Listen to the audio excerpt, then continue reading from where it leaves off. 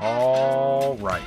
Episode 9, one away from episode 10. I don't know if episode 10 is going to be all that special, but this one's pretty special, so that's okay. We don't even know where episode 10 is going to be yet. We don't. I'm looking at the calendar, and it could be a couple of things, but I don't know what it will be. Maybe it'll just be a synopsis of that entire stretch of days off that we have coming up. I was going to say maybe our potential rafting adventure will just be so adventurous that we can do a whole episode about it. Maybe You'll go flying out of the boat again. I almost made the comment that maybe I'll fall out of the boat, but I didn't want to put that energy out there, but it's fine. If somebody's going to fall out of the boat, then I guess it's going to be me. I was actually thinking I was going to sit out the rafting trip because of my foot, because I worry about anchoring into... Just anchor with your other foot. You only need one. Well, and then if I get in the water and I have to swim or anything, like the stress of swimming on my foot. You've got a life jacket on. It's not that stressful. You'll stay afloat. So, episode 9, we are covering our... Tulip Festival trip. Brain fart. Wooden Shoe Tulip Festival. I'm sitting here looking at pictures of donuts, so I was not ready to participate. Which Wooden Shoe is in Woodburn, Oregon, correct? Yes, and it is something that we have done before when we were out here 2 years ago in 2023. And I was obsessed, and I love tulips, so I knew when we came out here again this year, or I guess technically last year, and we were going to be here for the spring, that I was planning on going back to the Wooden Shoe Tulip Festival. And I know you didn't know this going into it. You saw it when it was happening. You bought flex tickets that allowed us to go in on any day. They had a limited number of flex tickets that allowed you entry on any day, whether or not they were sold out. It didn't matter. You show up with your flex tickets and they let you in. Right. And I think that worked out perfectly for this, because your reasoning was that you didn't know when we were going to be able to go. Yeah, with my work schedule, not knowing my work schedule far in advance, and me being the person that I am and wanting to go as close to peak bloom as possible, it was just for sure the best option. So before we get into it, just if you're at all interested in the Wooden Shoe Tulip Festival, and I don't know if this is a regular thing, but if they're offering flex tickets... Yeah, I don't know if it's something they do every year or not. I follow them on Instagram, and I think they made a post. They were like, hey, this weekend, this was like back in January, hey, this weekend we're going to sell flex tickets, limited time. It's like a 2-day period. We're going to sell these tickets. All you got to do is show up, whether we're sold out or not, come, and you get in. I think it was a really, really solid move. But we'll get into the specifics of why that was such a solid move. But we began our trip. We were headed north. We had a late start on the day, not for any lack of trying. It was just yet another day where Whitney was coming off of a shift. So she slept for a little while. And I was super productive that morning and cooked 4 pork tenderloins. Did I cook chicken that day? I think so. I think I might have. Yes, I did cook chicken. So. I did meal prep for our 3 meals apiece for the nights we were going to be in the van. That did not get eaten. No, they did not. I ate mine the night that we got home, and you took your last one to work. I still have one in there. Oh, you still have one. Tomorrow is covered. We ate a lot of nom-noms on this trip. But Whitney woke up and immediately asked me that morning, did you do laundry? And I immediately realized that I messed up. So we were delayed by about an hour and a half or 2 hours from when we would have left. But you got a lot of the van packed. I got a lot. I did a lot of stuff, and I certainly had time to do laundry. I didn't have it written down anywhere. I didn't have a list of things to do. And I was feeling so accomplished and doing so many things, and laundry just escaped me. So, but it didn't end up really mattering. We got far enough north that night. We got into the greater Eugene area. We went on a B-dubs date. Because it was Thursday. It was Thursday. It was BOGO night. So we went and enjoyed some BOGO boneless wings at B-dubs, as we are known to do. if it's Thursday and we are in the vicinity of a B-Dubs. And you refrained from getting your free burger because I was only going to take like a bite, and I Yeah, planned on us going and getting ice cream. yeah, did refrain from getting a burger that we have on our B-Dubs rewards right now. But it doesn't matter. It's fine. I got B-Dubs wings. That's better. Their burgers are really good, so I can't say it's better than getting a burger. And I didn't need a burger. I just want it because it's a rewards thing, and it's like it's there, so I want it. So I don't want it to go to waste, but it's not really going to waste because it's just a free thing. And I don't remember if you said it, and everybody probably knows, but B Dubs is Buffalo Wild Wings. Did you Buffalo say Wild Buffalo Wings. Wild Wings? I don't Or know. do you just, because we're just so. B-Dubs is B-Dubs. And we're children, so we get boneless wings, aka delicious little tendies. But we went to Prince Puckler's Ice Cream I'm, in Eugene, I'm glad you brought it up because I'm looking at the picture and I get so trying excited to looking figure at. out where it No, was. no, I knew where it was, but I get so excited looking at the pictures that I want to talk about things all up out of turn. I'm like, look at this ice cream. Look at this massive container of ice cream that you got. Mine It was doesn't way bigger than mine. mine doesn't look that big because they're two different sized bowls, but they're filled to the same level in each bowl. No, They're not. Yours is definitely heaped higher than your mine. bowl is as full as mine. Mm-mm. Um I definitely wish they would have heaped mine Oh higher. my goodness, you got plenty of ice I cream. can always take more ice cream. That's going to be one of my tattoos. More is more.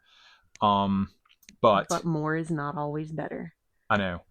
Prince Puckler's Ice Cream in Eugene, Oregon. We drove past the University of Oregon on the way here, and it was a pretty campus. It was an active campus. There were a lot of students out walking. It was dark when we were going through there. I was actually thinking back on it now. I'm surprised how many people were actually out and about walking. I guess it wasn't relatively that late, especially for a Thursday night. Go Ducks. Did I get that right?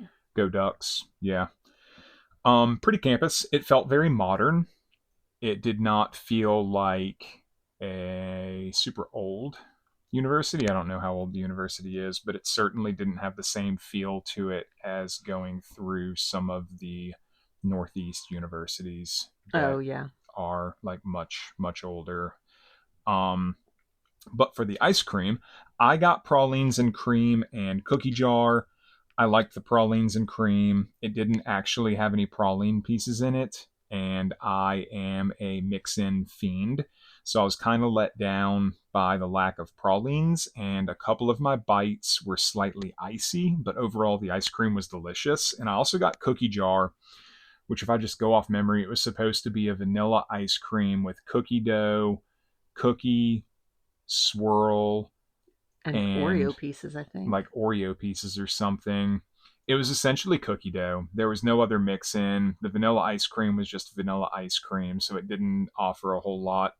The cookie dough was some of the best tasting cookie dough that I've had in an ice cream, but I would have preferred for there to be more, which maybe I would have gotten more if I would have just gone for cookie dough. And the rest of it was just completely um, irrelevant because there was no other cookie pieces mixed in. So that was highly disappointing. Whitney got a flavor that I would replace cookie jar with next time. And I don't know if I would get pralines and cream again because I want mix-ins, but the pralines and cream was good. I wrote down that I would get it again, but I feel like I'd be pressed to try something different. Unless it was another chocolate. Unless it was another chocolate. You got salted caramel and what I think was the best flavor of the night, fudge brownie. That and that one, is that the one?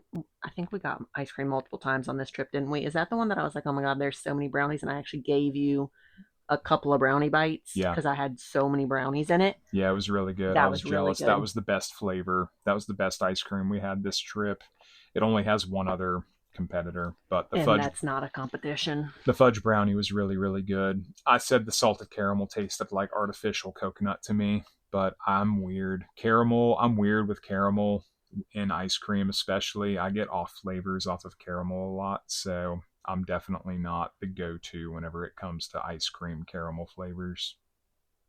Do you have anything to add, or are you distracted by photos? I'm looking at donuts. I try to pause slightly to see if you're going to add anything, and then I see your eyes glazed over, no pun intended, and I never know if you have anything to contribute I'll contribute if I have to to contribute. what we're talking about. Well, I don't want to blow past the ice cream if you have anything I, else you want to say. I know how to stop you if I need to. So we got that. I have been given permission to interrupt you. You have. We asked for permission, but we actually stayed in the parking lot of Home Depot that night. We don't always disclose where we stay because we don't always stay in places that we want to Don't make tell public people that. where we What is wrong stay. with you? But we asked for permission and we stayed at Home Depot for the night, like some filthy van lifers. We've never stayed anywhere illegally. Like No, I don't think we have. I say that and it makes it sound kind of sketchy, like we're staying in dangerous places we're not supposed to be. We have never stayed anywhere that had any sort of signage that said we weren't allowed to be there. And we've never stayed anywhere where we could ask for permission and were denied permission. We are trying not to ruin things for van lifers. So, me saying we don't disclose all the time is really just because I don't want people thinking that they can or should stay some of the places that we've stayed. But we have never stayed anywhere illegally, and we have never stayed anywhere without either first trying to ask for permission or being granted permission. That's a fair statement, right? We just don't want to give away our secrets. No, we don't. We're gatekeeping. Yeah, we are. It's not fair, but it's part of the game. We wouldn't have had to gatekeep if you hadn't brought it up. You could have just stayed silent on the situation. So we left Home Depot that morning and went into Albany, Oregon, and went to Joe Nuts Donuts, which we've had saved for a little while. And we got a what? But what did we see on our way to Joe Nuts? I don't remember. Oh, well, yeah, we saw locals on the way and decided that it was interesting enough to look up, and then you saw their ratings and you read about them and decided we were going to locals after we went to Joe Nuts because locals wasn't even open yet. Let's not pretend that there's anything that determines whether something is interesting enough for me to look up or not. If I see the word donuts, I'm looking it up. Yeah. But anyways. So we saw locals. Whitney looked it up. It had a really high rating, but they didn't open until 10 or 10:30. So we had time to kill. So we went to Joe Nuts, which is hard to find. It's easy to find on maps, but when you get there, you park in the parking lot and it's in a shopping structure. In this weird like market thing. Yeah, and it's not really well marked, but we got... Were there any signs outside indicating that it was in there?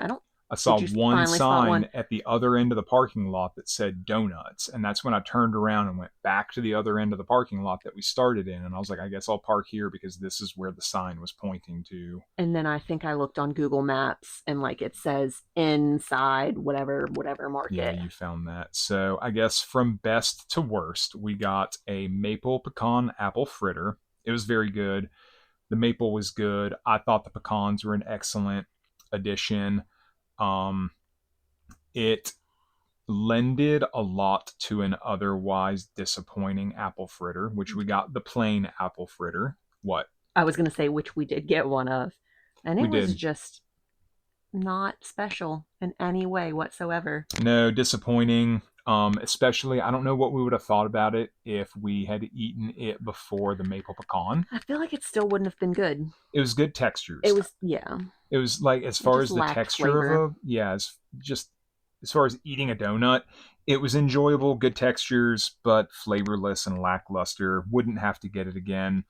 And then the glazed cinnamon twist, which we didn't even finish. I took 2 bites and handed it to you, and you took like 1 bite and made a face, and you were like, what is this? And we didn't even finish it. I think I did give it a 2-bite chance. I know I gave it 2 because I took my first bite and I'm like, I'm not eating this. And then I was like, well, maybe we're jumping the gun here. So I took a second bite and it did not get any better. Does the fact that we threw a donut away tell people that we don't just eat things to eat things? They have to actually be good things. Oh, if it's not worth the calories, we're not eating it. For sure. It has to be worth the calories. We just managed to find a lot of things that are worth the calories. So we had that, and then it was close enough to time. We didn't go anywhere between there and driving back to locals, did we? We did. We went to Monteith River Park for coffee and fritters. We ate our donuts over there. And we drank our coffee, and we ate both of our fritters, and we sat there because locals wasn't opening until 10 or 10:30. So we sat over there, did that. No, they opened at 9. Walked a little bit. Well, We had enough time to go to the park to sit there and do our morning Yeah. routine before we went to locals. But then we drove back over, and the locals, I didn't put it in my notes. It was in the parking lot of a Bimart? Bimart. I was thinking Bevmo, but I knew Bevmo wasn't right. It was in the That would have parking been lot of a nice. Bimart. Um, And I don't think they're not always there. They move, and I think they post on their social media where they're going to be. Because I yeah, think, don't go off of us saying Bimart, what city were we in? Albany. Albany? Because I think they're based out of Eugene. I think they are based out of Eugene. So They you would move. definitely have to check social media to So figure go to out their where they social are. media. It's locals, donuts, and pretzels. I I'm gonna say before we even go over what we got, look them up, find where they are, and buy a dozen glazed donuts. This picture is just such a beautiful picture. It is. That should have we should have posted that picture that day, but I didn't post that picture that day. You posted the one of me being a goober holding it. I did, but it's funny. So we got a glazed donut, and I think the glazed donut was my favorite thing that we got. From there. We got three things, and I think the glazed donut was my favorite, and I think I would go back and only get glazed donuts. That blackberry, they had us they all they do, they're very simple. Glazed donuts. I don't know if they always have a specialty flavor, but this week they had a specialty flavor and it was a blackberry cream cheese, Yeah. right? Blackberry cream cheese. We unfortunately made the responsible decision to wait until the next day to eat that one. And it Yeah, but just wasn't as this it day was went kind of crazy, so we kind of stacked up on stuff real quick, and the blackberry kind of got pushed and kept getting pushed and kept getting pushed, but and I just think that blackberry would have been so good fresh because the I don't think you said it yet. The glaze you loved. The texture of the donut was great. It was a great donut, soft and amazing, but it was sweeter than you but the like. glaze was It was a sweeter. vanilla glaze. It was a vanilla glaze, vanilla bean glaze. Yeah. And it was definitely more up my alley. It was super sweet. It was a sugar bomb. It was a super soft donut. Amazing texture. I would go back and get two or three of those just for myself. I would get one and I would try their specialty. No, I'd be no. And we need a pretzel because the pretzel was delicious too. Yeah, I'll take some salt to wash down the glazed donuts. And it was a big pretzel. Glazed donut for sure. Whatever specialty donut they have, I can't say not to get if they have a specialty donut because everything was just so good. And it was 24 hours old when we ate it. It was. And then the pretzel, I said it had a slightly sweet flavor initially, but it was balanced well with the salt, and then it was an overall very soft pretzel, but it did have a slight chew. I liked it because it wasn't one of those pretzels where you feel like you're like gonna punch somebody, It didn't biting have it and then ripping it. it didn't have a crisp exterior. I'm not a super big fan of super crispy pretzels. I don't like when I have to like bite through the exterior of And the then, pretzel. Well, not even like yank it. Like some of them, it's literally like a crunch to get through the True. outside. I don't like that. I don't know what the diehard pretzel people would say. I prefer a softer pretzel. I'll take some chew, but I prefer a softer pretzel. And then Which is strange considering you like crusty bread so much. I prefer a crusty bread. I don't like a crusty pretzel. Their sauces, I will say, do not spend any money on sauce from them. The beer cheese, on the other hand, or just cheese, I don't know if it was a beer cheese, is worth getting. It had a slight jalapeno kick to it, but their marinara and their honey mustard are both mass produced, prepackaged, little McDonald's plastic aluminum top. Granted, it could be a local producer of those things. We didn't look that closely, but we didn't eat them. The ingredients on the marinara were not good. Oh, I didn't pay attention to The that. ingredients on the honey mustard were better. I threw the marinara away. I wasn't eating that. The honey mustard I ate that on top of my pork tenderloin one day and it was good. But the cheese is the only thing worth getting for the pretzel. I thought it was really good. I was shocked that it had a little bit of a kick to it. Had a little bit of a kick, had just enough flavor to be interesting. I really enjoyed it. So we left locals. We ate our glazed immediately because I was not going to have a fresh donut go to waste. Because it was warm. It Were was. like, we were watching them pull them out of the oil and then dunk them in the glaze and then hang them up on a rod like they were pretzels. Yeah, no, they were They were fresh. We left there, and in Albany is one of my favorite cheesecake places. We'd had it once before when we were in Silverton a couple of years ago. They moved locations to Albany, and the last time I had them, I got a cookie butter cheesecake that I loved. It was so good. But this time I went in. Whitney doesn't like cheesecake as much as me. She'll eat a bite of my cheesecake, of course, if because you allow it. the wife tax. She gets a bite of my cheesecake because she doesn't want cheesecake. She just wants a bite of mine. So I got two pieces. I got an Oreo, which I wouldn't need to get again. I don't know what the deal was with the Oreo cheesecake. I normally love Oreo stuff. It tasted stale and cardboardy. I don't know if it was old, if it had been sitting out, if they were old Oreos, if they were off-brand Oreos. I will never get an Oreo cheesecake from Beloved Cheesecakes again. I don't know if I even said who it was. It's Beloved Cheesecakes in Albany, Oregon. But the salted caramel cheesecake is what they're known for. It's what they built everything off of. Is it really? Yes. Oh, I didn't know that. I don't think. Their salted caramel is their number one seller. It's their cheesecake for sure. And it was fantastic. Very, very good. Good cheesecake flavor. Fantastic salted caramel sauce. And then it had like a crunchy streusel sweet type topping that was really good. I enjoyed that. So I'll go back. I just won't get Oreo again. Did we only go to them one time when we were in Yeah. Silverton? Okay. Yeah, we So I only only went got once. that cheesecake pop thing. Yeah, you got your red velvet cheesecake pop that they served to you, still partially frozen, which I still think was dumb. It was not partially frozen. It was fully frozen. So, yeah, unfortunately, we're only batting like 50-50 for what we've gotten from them. And no, it was tasty. They just needed to stick it in the fridge for a couple hours before they served it. Yeah, that's an intelligence thing. I don't know why you serve somebody a frozen cheesecake pop. What And were I you going would to say? like to point out that you had 3 slices of cheesecake on this trip, I did. and I did not take a bite of a single one. I guess you didn't. Thank you very much. I'm kind of impressed. No, you're right. I'm just being overly dramatic. You're just being Jake judgy. doesn't share food. Yeah, I do. That's not Joey true. doesn't share food. I've gotten much better at sharing in the last year or so. But I didn't eat the cheesecakes right then. They went straight into the fridge. But that was the day that we went to Let's All Play Park in Salem, Oregon. Which is associated with Salem Hospital.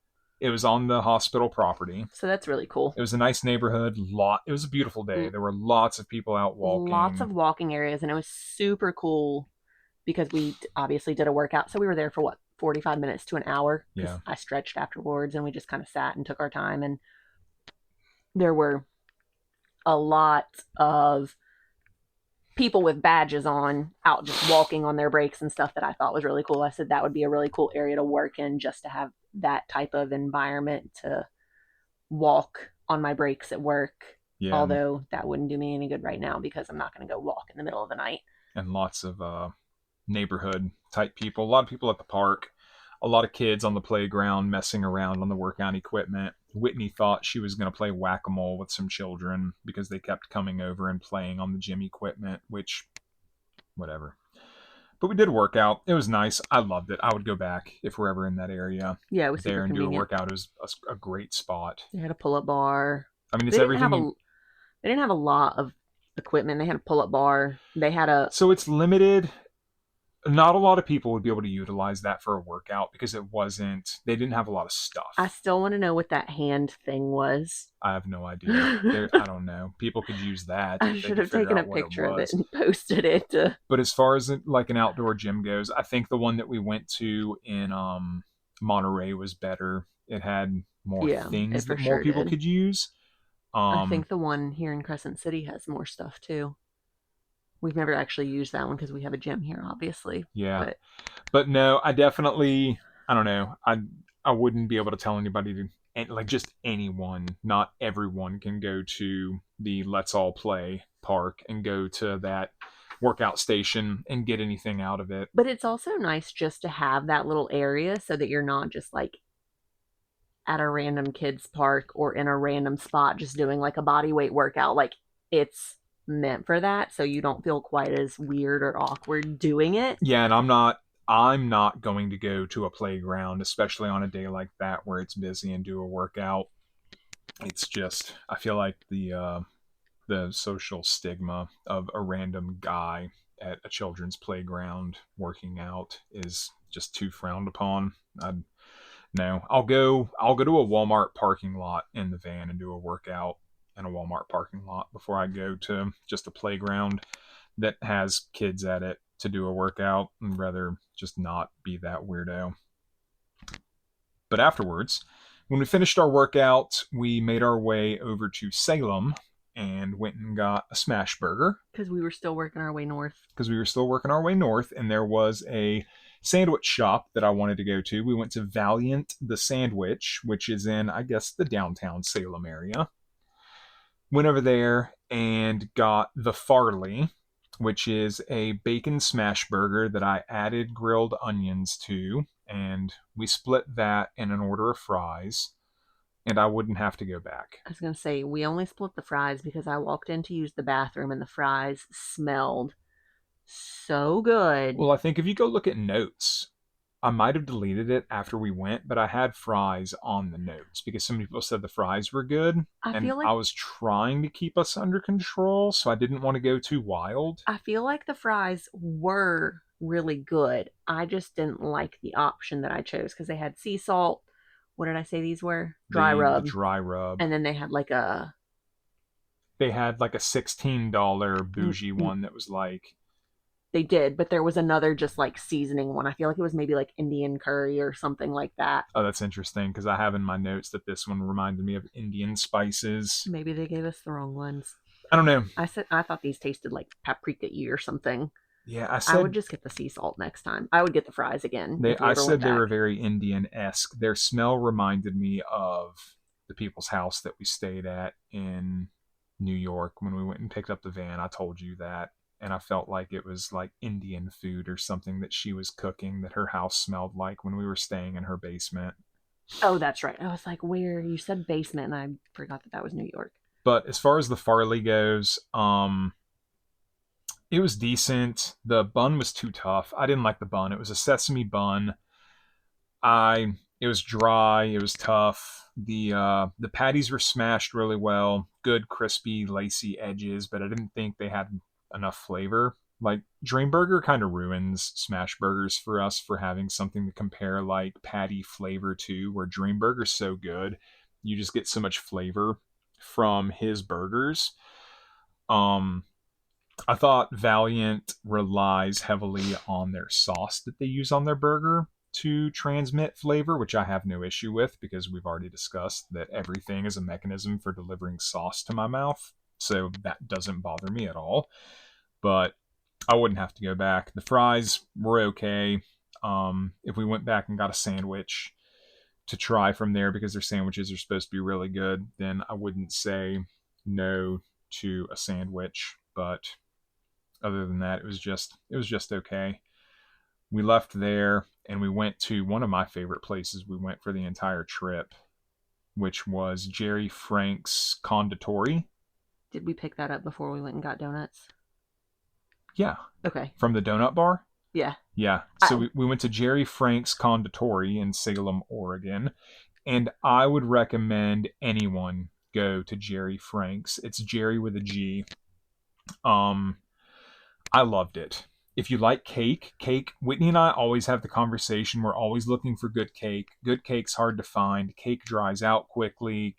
So many people have so many different ideas of what good cake is. We got two different cakes. Whitney got a German chocolate cake. My favorite. My favorite style of It's cake. your favorite style of cake, but you weren't crazy about this cake. It's just so hard to find a good German chocolate cake. I thought it was good. Your cake was so good. As far as cake goes, I thought your German chocolate was good. The cake was good. The cake itself was good, but it had about a third the amount of frosting that it needed. It needed more frosting. I will not argue that it needed more frosting, but the cake was good. And I still just always think it's a cop-out to put chocolate frosting on the outside. I can't say the word, but I wanted to say just frost that thing up with the coconut pecan frosting all the way around it. I got Barney's blackout chocolate cake, and it was rockin'. It was really good. It was really, I would have preferred, so it was the chocolate decadent, chocolate ganache, chocolate cake. I would have preferred a heavier, thicker set ganache. The one that they had was more pudding-like, but the whole thing was just so moist and so rich and so decadent and so chocolatey. I would get it again. And they turned yours into a 6-layer cake, so there was that much more frosting compared to mine was only a 3-layer cake, so there was only 2 layers of frosting. Yeah. So when we go back, I will be getting a Barney's Blackout chocolate cake slice for sure. As will I. And then I'll be getting a second slice because I want to try something else. But I will not go to Jerry Frank's and not get a slice of Barney's Blackout if they have it available. I was going to say, what if they don't have it? Well, if they don't have it, that's fine because I know their cake's good. I just know that the Barney's Blackout is atrocious how delicious it is. That was a horrible statement that you just made because atrocious should not be used in the same It's sentence. hurtful to other businesses that Jerry's cake is so good. Well, maybe and other businesses should just aren't. step up. But we did that. Jerry's is awesome. We'll go back anytime we're in that area. We went to the Riverview Park for a short little walk in Independence, Oregon, to try to get a little bit of movement in. That was the park that we went to in Independence. We drove through the cute little town. We were looking for ice cream. There was the one place that had other ice cream that we think was Umpqua. There was the little brewery in town that we decided we weren't going to go to.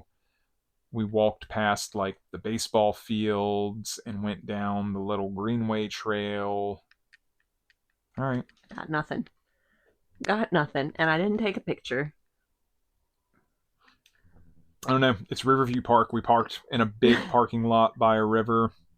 I don't know what else to tell you. You remember the other day, trivia, when you were sitting there racking your brain for like 15 minutes trying to think of that actor until you figured it out. That's going to be me right now, racking my brain trying to think of this park. And then come to find out, he would have taken my original answer as the answer without having to know the actor's real name. What was the name of the park?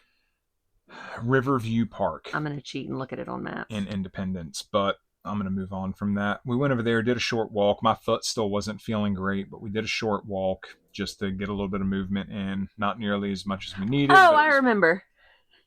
But it was better than nothing. We left there and we went to the Donut Bar food truck. And I only say food truck because I wasn't expecting it to be a food truck. I was expecting it to be an actual establishment. And it threw me off when we got to the end of the road that we were driving down and Google Maps told me we had arrived and there was just a food truck there in the middle of like an abandoned I was going to say, it lot. looked like it was next to an abandoned building and you couldn't really see the truck very well. You could just see the end of it from where we were sitting. So we're like, is this just like, was it a truck or a trailer?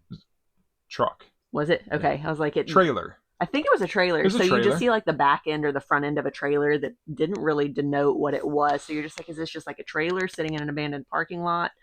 And then you just sat there in the van and I got out and walked and I was like, this is it. And then I saw a parking spot and pointed you over to the parking spot. No, we found it finally, got into a parking spot. We got an apple fritter and we ate our apple fritter while we were waiting on the donut holes to finish proofing so that she could fry us fresh donut holes. And I would not go back for the apple fritter. If we had just gotten the apple fritter, then I would have dismissed this place wholeheartedly because the apple fritter was more of just a glazed fritter style donut. There was no spice. There was no apple. It was a good donut. It was a good donut. If they just said it was a glazed fritter donut, I don't know. If you call it an apple fritter, I expect there to be spice and I expect there to be apple. There was neither. We got a lot of that this trip. But the dough itself was really, really, really good. Their dough's awesome. You may have said already, I don't know, I got distracted by a barbecue place on maps that I started looking at. Did you say how well it was glazed? Oh, it was glazed really well. Their glaze is really good. Their dough is really good. Their donut hole's fresh. I would go back specifically for the vanilla glazed donut holes and ask if they could do fresh donut holes for us and just do that. I wonder if I doubt they do like donut holes to order. She made it sound like we just happened to show up at the right Oh yeah, I time. think I think our timing was just phenomenal. Cause But she, I would get there and be like, "Do you have any donut holes that you can fry fresh?" I'll wait. I'll or wait. like, yeah, how long I'll is it wait going to be? 15, 20 minutes if you can give me fresh donut holes. They were Yeah. that good. 10 out of 10. The dough is amazing, light and fluffy, slightly crispy edge, light and fluffy on the inside. The donut holes were top tier. I would put the donut holes up with Sunny's, which are some of the best donut holes I can remember. And then I think we also both like, because this was very reminiscent of Tasty King's donut holes that you discovered the last time we were in Tennessee, where they like put them in a little A a dish. boat. Yeah. Isn't that what those things are called? Like a little cardboard boat dish from like a fast food restaurant, and then Yep. they just dump the glaze all over them, as opposed to like glazing them like Mary Lee would do, where they It's on a tray over a drip and pan. then they just quickly pour it over, and then everything, all the excess drips off. These are sitting in their pool of excess. Yeah, which I really liked. I'd go back for sure. I wouldn't get an apple fritter. If you look at reviews, a lot of people say the apple fritters are really good. It's obviously something that a lot of people like. But again, I think this is a situation where a lot of people don't leave their area and don't get to try many things and find the thing that they like in their area and don't know that there are things outside of their area that exist. So a lot of people get this apple fritter and they're like, "Oh, this is the best apple fritter I've ever had." And it's like, "Well, you've never been more than 5 miles away from your home. So the best apple fritter you've ever had doesn't really stand up to comparison when you've had apple fritters from all over the country." So I don't know. Maybe, again, same situation as I think the last episode. Maybe other people will go here and have this and be like, "This apple fritter's amazing. I don't know what they're talking about." They don't know what they're talking about. So your mileage may vary, but I wouldn't get the apple fritter again. I would get the donut holes again, especially if I could get them fresh. And I would try a regular donut I would too, try a regular glazed donut. I would because try other I donuts. think it's one of those places where you can like build your own donut, Yes. which is cool. I You can mean, you pick your frosting and you pick your topping. I'm a child and I like to be over the top and exuberant. So when we finished donuts, we got our second ice cream of the trip from Dreamy's Creamery, which was goat milk ice cream that Whitney wanted. Sheep's milk. Sheep's milk ice cream. What's the difference between sheep's and goats? So Whitney wanted to get. I put goat's milk in my notes. I'm going to edit this real quick. Whitney wanted to try it because she didn't know if we had ever had sheep's milk, but we had the conversation later and realized that we had in fact had sheep's milk ice cream In before Paso Robles. in Paso Robles. Paso Sheep's milk Robles. ice cream is just not for us. It's smooth. It's not creamy. It's kind of, I would say, gravelly, Almost or that smooth and gravelly do not mean the same thing. I don't know. It's a little icy. It's a little icy. Yeah, I don't know. So we have determined It's that just we not will for us. not be It's not trying. Because this place, I just spotted this place on maps looking for ice cream, and it's a 4.9 from highly a rated. significant number of reviews. So I was like, let's go try it. We need to try sheep's milk ice cream. Yeah. Won't do it again. So I got blackberry honey and caramel crunch. The blackberry honey was good by itself. It was good for what it was, but it didn't really carry all that much flavor once you got into the caramel crunch, which we both got caramel crunch and we agreed that caramel crunch was the best flavor that either of us got. It was probably the best flavor that they had. Their hot fudge was really good. We got a free like half cup of hot fudge because the girl was dumping it into their serving container and it wouldn't all fit. So she was like, "Y'all can have some hot fudge if Yeah, y'all want do it." you want a free cup of hot fudge? And I'm not turning down hot fudge. And it was great for me to dip my ice cream in. Yeah, you got that. I drank most of it. I ate it with a spoon. The biggest concern here is the fact that you wanted her to put it on your blackberry honey ice cream. So I wouldn't have to get the blackberry honey ice cream again. I would get the caramel crunch again, but it's a moot point because we're not going back. You got the chocolate and the caramel crunch. The caramel crunch was good. I don't remember what I thought about the chocolate. I think it was fine. The chocolate was good, not great, is what you said. None of the ice creams were exceptionally creamy. Not somewhere we would have to go back to. No. So, I mean, if you have a food allergy, if you can't have lactose, sheep's milk's supposed to be easier on you. So, if it's the only ice cream you can have, then it's good. It's ice cream. It's cold. It's sweet. It's not creamy, I was but gonna if you say it's can't have good ice cream, this is creamy-ish. as good as it's going to get. So I still want to try coconut milk ice cream. we'll try that and decide that that's not as good as cow's milk ice cream I also. don't know if there are any coconut milk ice cream places. I guess like if you go to a place that has vegan options, they might use coconut milk. But those places always have regular ice cream too, so I'm not going to choose coconut over regular. No, if I can pick, I'm just getting regular cow's milk ice cream. I'm getting full fat cow's milk ice cream with all the mix-ins that they can squeeze in the cup. So we left there. We were going to go to Wolves and People Farmhouse Brewery, but Whitney had said that another brewery that I wanted to go to was on the way. So we went ahead and changed plans and went to Heater Allen / Gold Dot Brewing in order to see what they had, if they had anything available that Whitney wanted that she would care for at all, because it's a lager centric establishment. But fortunately, the daughter brews some IPAs and hoppy style stuff through the Gold Dot label. So I got a West Coast, Whitney got a cold IPA, and then we shared a Dunkel dark lager, which, just moving forward, I need to just go ahead and accept the fact that I either like pale lagers or I like Czech dark lagers. I don't like anything in between. I don't like amber lagers. I don't like dark lagers. I don't like malty lagers. I just want either a Czech dark or a German or Helles or Czech style pale type lager. Czech darks are so delicious. But I enjoyed the brewery. The brewery was really good. I'd go back. That and Wolves and People are two solid breweries to have in that area. Heater Allen is in McMinnville, Oregon.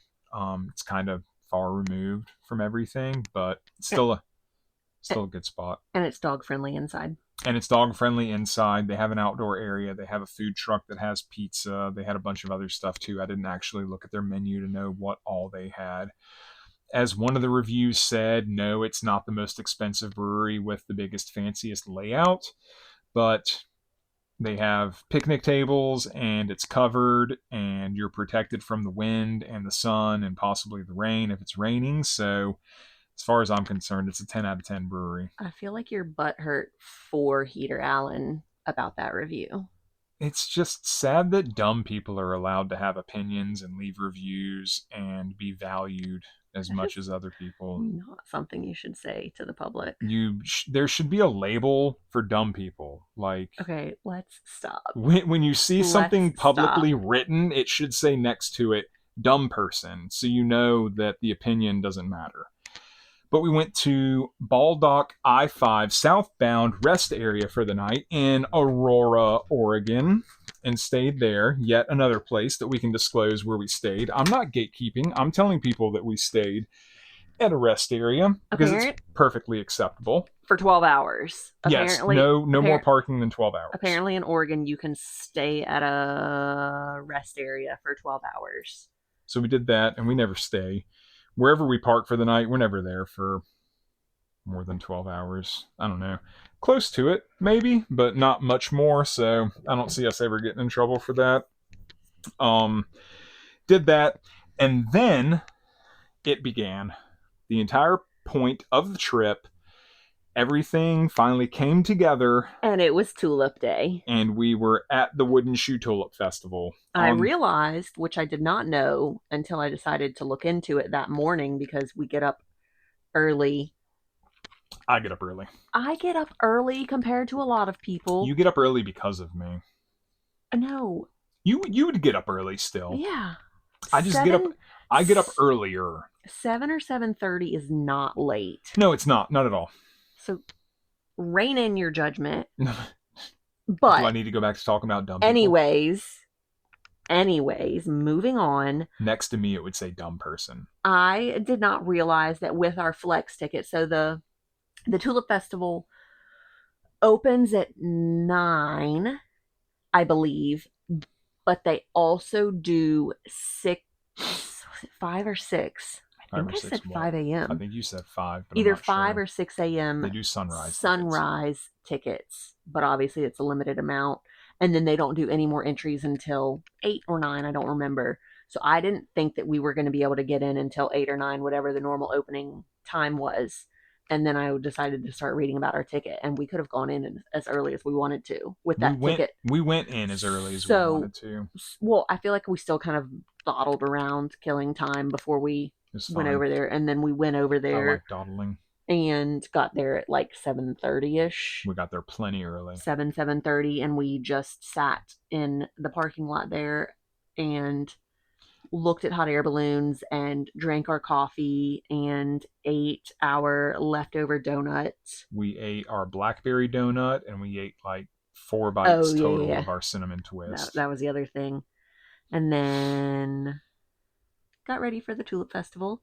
And we were there for hours. Yeah, we stayed We were there for, I for mean, a I good could look bit. and see when I took my last photo. I crutched my little tuchus off that day. We covered so much ground. It's like a 40-acre festival or something. I say 40-acre fields. We covered a lot of ground.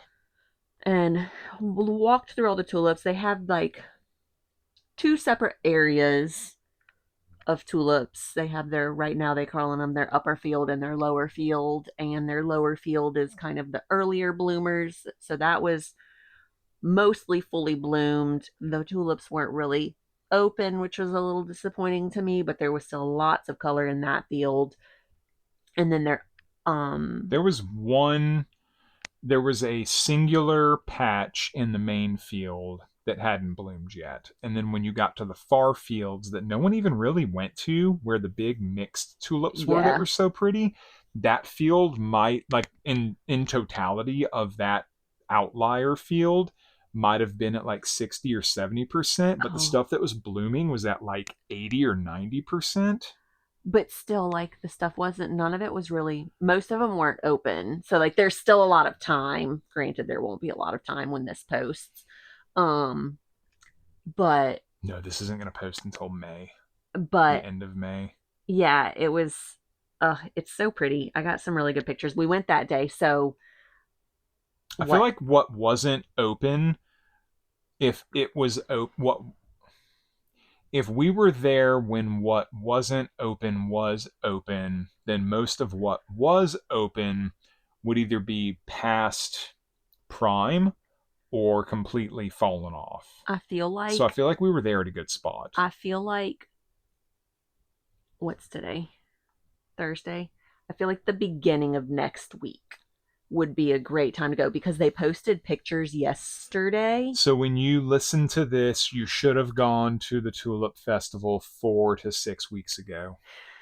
They posted pictures, I think, yesterday, and they posted a picture of that mixed field that we liked so much that was still a lot of green, a lot of like barely starting to open or starting to color flowers, blooms, whatever. And it's so much more colorful than it was when we were there 4 days ago. Yeah. So it's just, I don't know. I wasn't disappointed. I enjoyed it. Perfect. I thought they were pretty.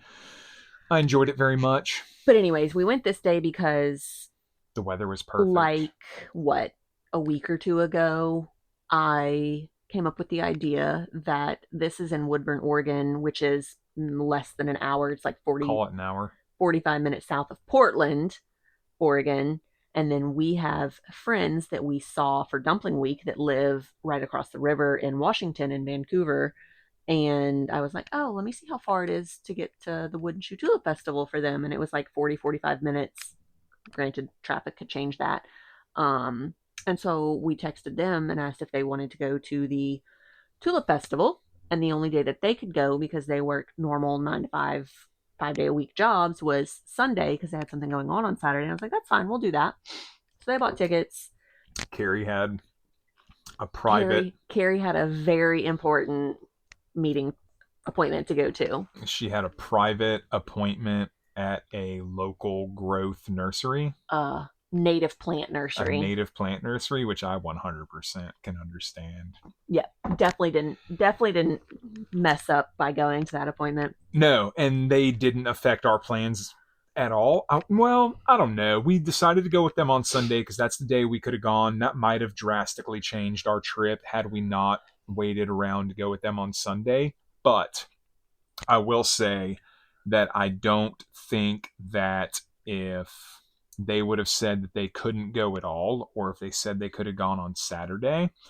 I don't think that us having our plans go the way we thought they were going to go would have been better than what we ended up doing on Sunday. I thought Sunday was a really good day. I enjoyed our trip back. There were wrenches thrown in. We didn't get to do everything we wanted to do. Stupid places. But I very much enjoyed this trip. If we had only gone to the Tulip Festival on Saturday, we definitely would have gone east instead of west. And that's what I'm getting to. But that just means I figured we were going to east. get to it later, so I didn't want to get into it twice. But I'm not, after having done the trip the way we did it and looking back on it, I'm not disappointed that we didn't go to Bend. I wanted to go to Bend, but I'm not disappointed that we did what we did. Yeah, and I mean, it's not like we're not going to go to Bend while we're up here. That'll just give us... No, we can still make it to Bend. It's fine. We didn't do... Saturday, we didn't go into the main building. We didn't get any wine. We didn't get any beer. We didn't get any food from the food trucks. Whitney went and looked at the craft vendors, but I didn't. We just tuliped. And it was great tuliping. It was amazing. It was a perfect day. There will be more photos posted. We could not have gotten luckier with the day that we got on Saturday. So we hung out there for a couple of hours.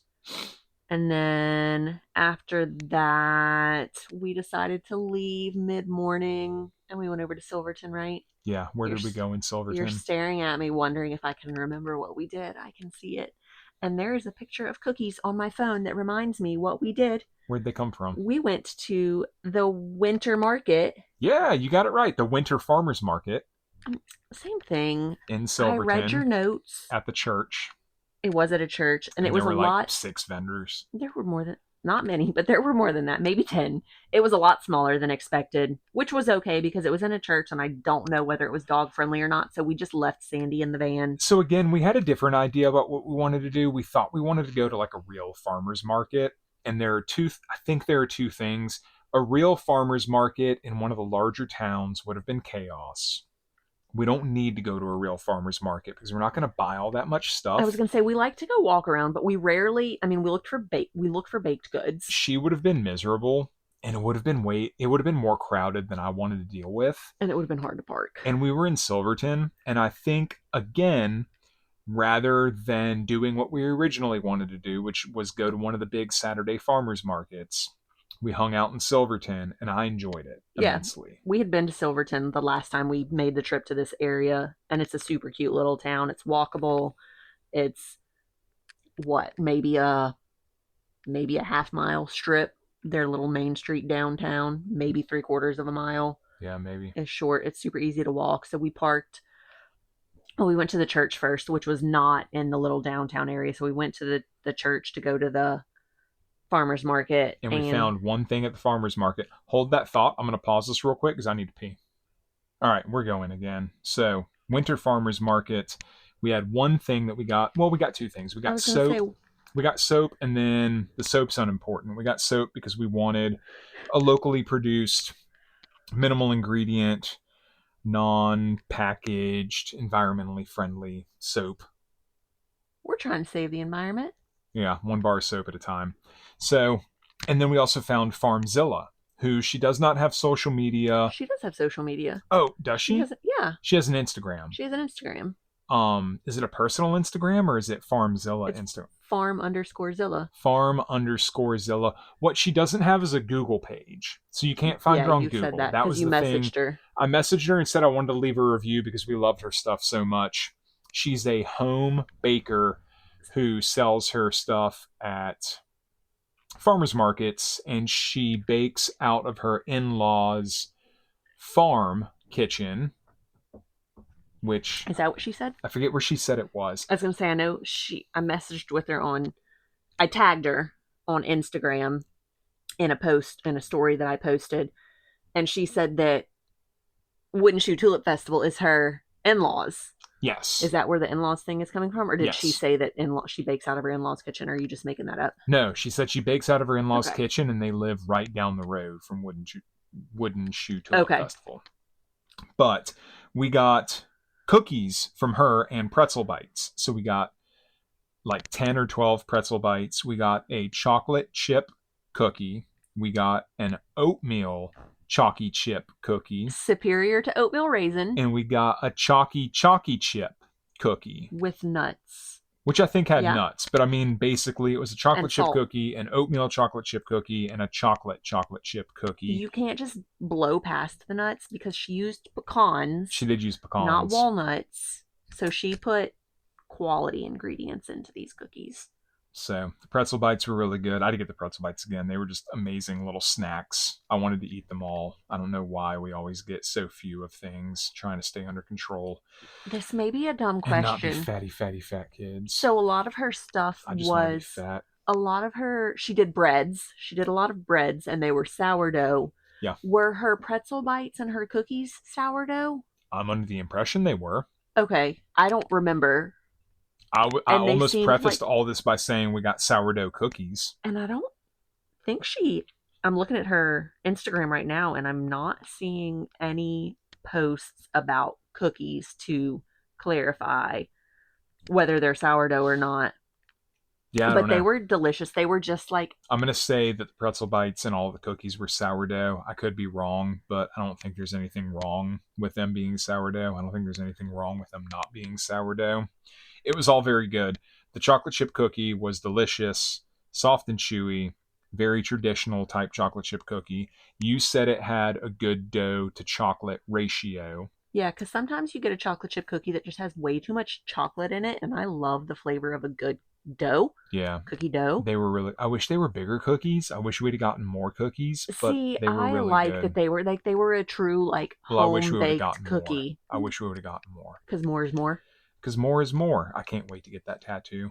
So we have oatmeal chocolate chip cookies. Soft, oaty, delicious, love. What? So looking at her Instagram from January, she has sweet treats listed for her, like, selection of what's available at the farmer's market that day. And it says cookies. It does not say anything about them being sourdough cookies. Okay, so they may or may not be sourdough cookies, and now we're leaning towards them possibly not. She did bagels too, but we did not get a bagel. I was eyeballing the bagels hard, and you showed absolutely no interest. Because we got pretzels and cookies. We only need so much. More is more. My foot just cramped. I liked the oatmeal chocolate. I say this and it makes it sound like I didn't like anything more than anything else. All of her cookies were amazing. I'm not disappointed that we got any, and I wish we would have gotten more of everything. The chocolate chip cookie is where we diverge, because I had a really good chocolate chip cookie, which was moist, and it like stuck to the roof of my mouth and like was fudgy-ish like almost. It was fudgy-ish. It was amazing. I loved it so much. It was my favorite one. And then you ate yours and you were disappointed in it because it was dry. Might have just been like overbaked by like a minute. Yeah, and they were small, so it's easy to do. I mean, your margin is not... for error is so much smaller. So I would not sway anyone away from going to her. She was a solid, as far as like what we found on this trip, I feel like she was the best find that we had. Because that was very unintentional. Yeah, so it was really good. Farmzilla is amazing. Follow her on Instagram. Go and get her stuff if you can. 100%. I loved what we got from her. We went to Silver Falls Brewery in Silverton and sat over there and drank for a little while. I got a regular Pilsner. I got a potato Pilsner. Don't ask me what that means. They put potatoes in the mash and it did something, and I enjoyed it. And they were doing $4 pours of it. It tasted like a Pilsner, and it was $4. So it tasted like a really good $4 beer, so I drank those. I tried one of their stouts, and I will not be buying any of their stouts ever after having the taste of this. But we've been there before. You had a Mexican lager years ago whenever we went. You enjoyed it. I had a Pilsner the first time we went. I enjoyed it. I had a Pilsner this time. I had a potato Pilsner. I enjoyed it. They do light beers very well. Their IPAs are hit or miss. You had Lookout IPA, which is one of that? We got a 4-pack because it was good. It was really good. It's very drinkable, Nothing wrong with it, but I tasted other IPAs from them, and they all needed work. They And were not we good. need to make sure that our beer, Threshold, no, what we have in volume, the fridge, quantity, our beer storage. our beer selection stays full and ready because it's almost paddleboard It's season. almost okay. Yeah, I didn't know You where. finally see where I'm going. Yeah, I didn't know where we were Like, going with that. But yeah, it's what are almost you talking the about? paddleboard. I made the post today. The paddleboard is in the van. It's there. It's ready. So it's just waiting on us. It's technically paddleboard season. It's waiting on us. It's just waiting for my work schedule to cooperate. So we like Silver Falls Brewery. I don't know. We didn't get food. They had the little chicken bites. They had so much stuff that smelled so good, but we refrained. And maybe we shouldn't have. No. So next time. Yeah. Next so time. the next we'll thing, give them a chance. The next thing on the list is rustic melt and old oak oven. And as we were sitting at Silver Falls, I was like, I don't want to buy food at Silver Falls. That was relatively expensive. Yeah. It wasn't cheap. Especially for what you got. Like chicken bites were $13.50, which I just don't understand. I don't know. I mean, maybe chicken's expensive. Well, that's the same as like you said. It was a pretty good amount. Which I looked over from our table to somebody else's table, and I was like, "That's a big bowl, and that looks like a lot of chicken. It might be deceptive. I'm not sure." But I mean, I feel like that's about the same price as what you would get at B-Dubs if you went and got boneless, not BOGO. Yeah, I don't know. You know, it's like maybe I think it's what, like $12, $15. So the issue is that we were holding out to go to food trucks down the road that we had before that, reflecting on, we really enjoyed. And then a little food truck cart or pod. What was it called? The Den? The Den. And then we went, after we went to Silver Falls, we went to Rustic Melt, where Whitney got a grilled cheese, and I went to Old Oak Oven and got 2 slices of pizza. Which is a wood-fired pizza. And it wasn't as good as I remember. Yeah. It wasn't good at all. That pizza was... It was really disappointing. So expensive. It was expensive. It was disappointing. So looking back, I wish we would have just gotten snacks at Silver Falls Brewery, because I think we would have enjoyed it more. But we were holding out because we were like, oh, well, there are food trucks right down the road that we've had before that we enjoyed the last time we were here. So there's no point in getting food here if we're going to get food there. And it doesn't make sense to get food here and then be disappointed and miss out on food that we like. And then we go and we're like, this isn't as good as we remember.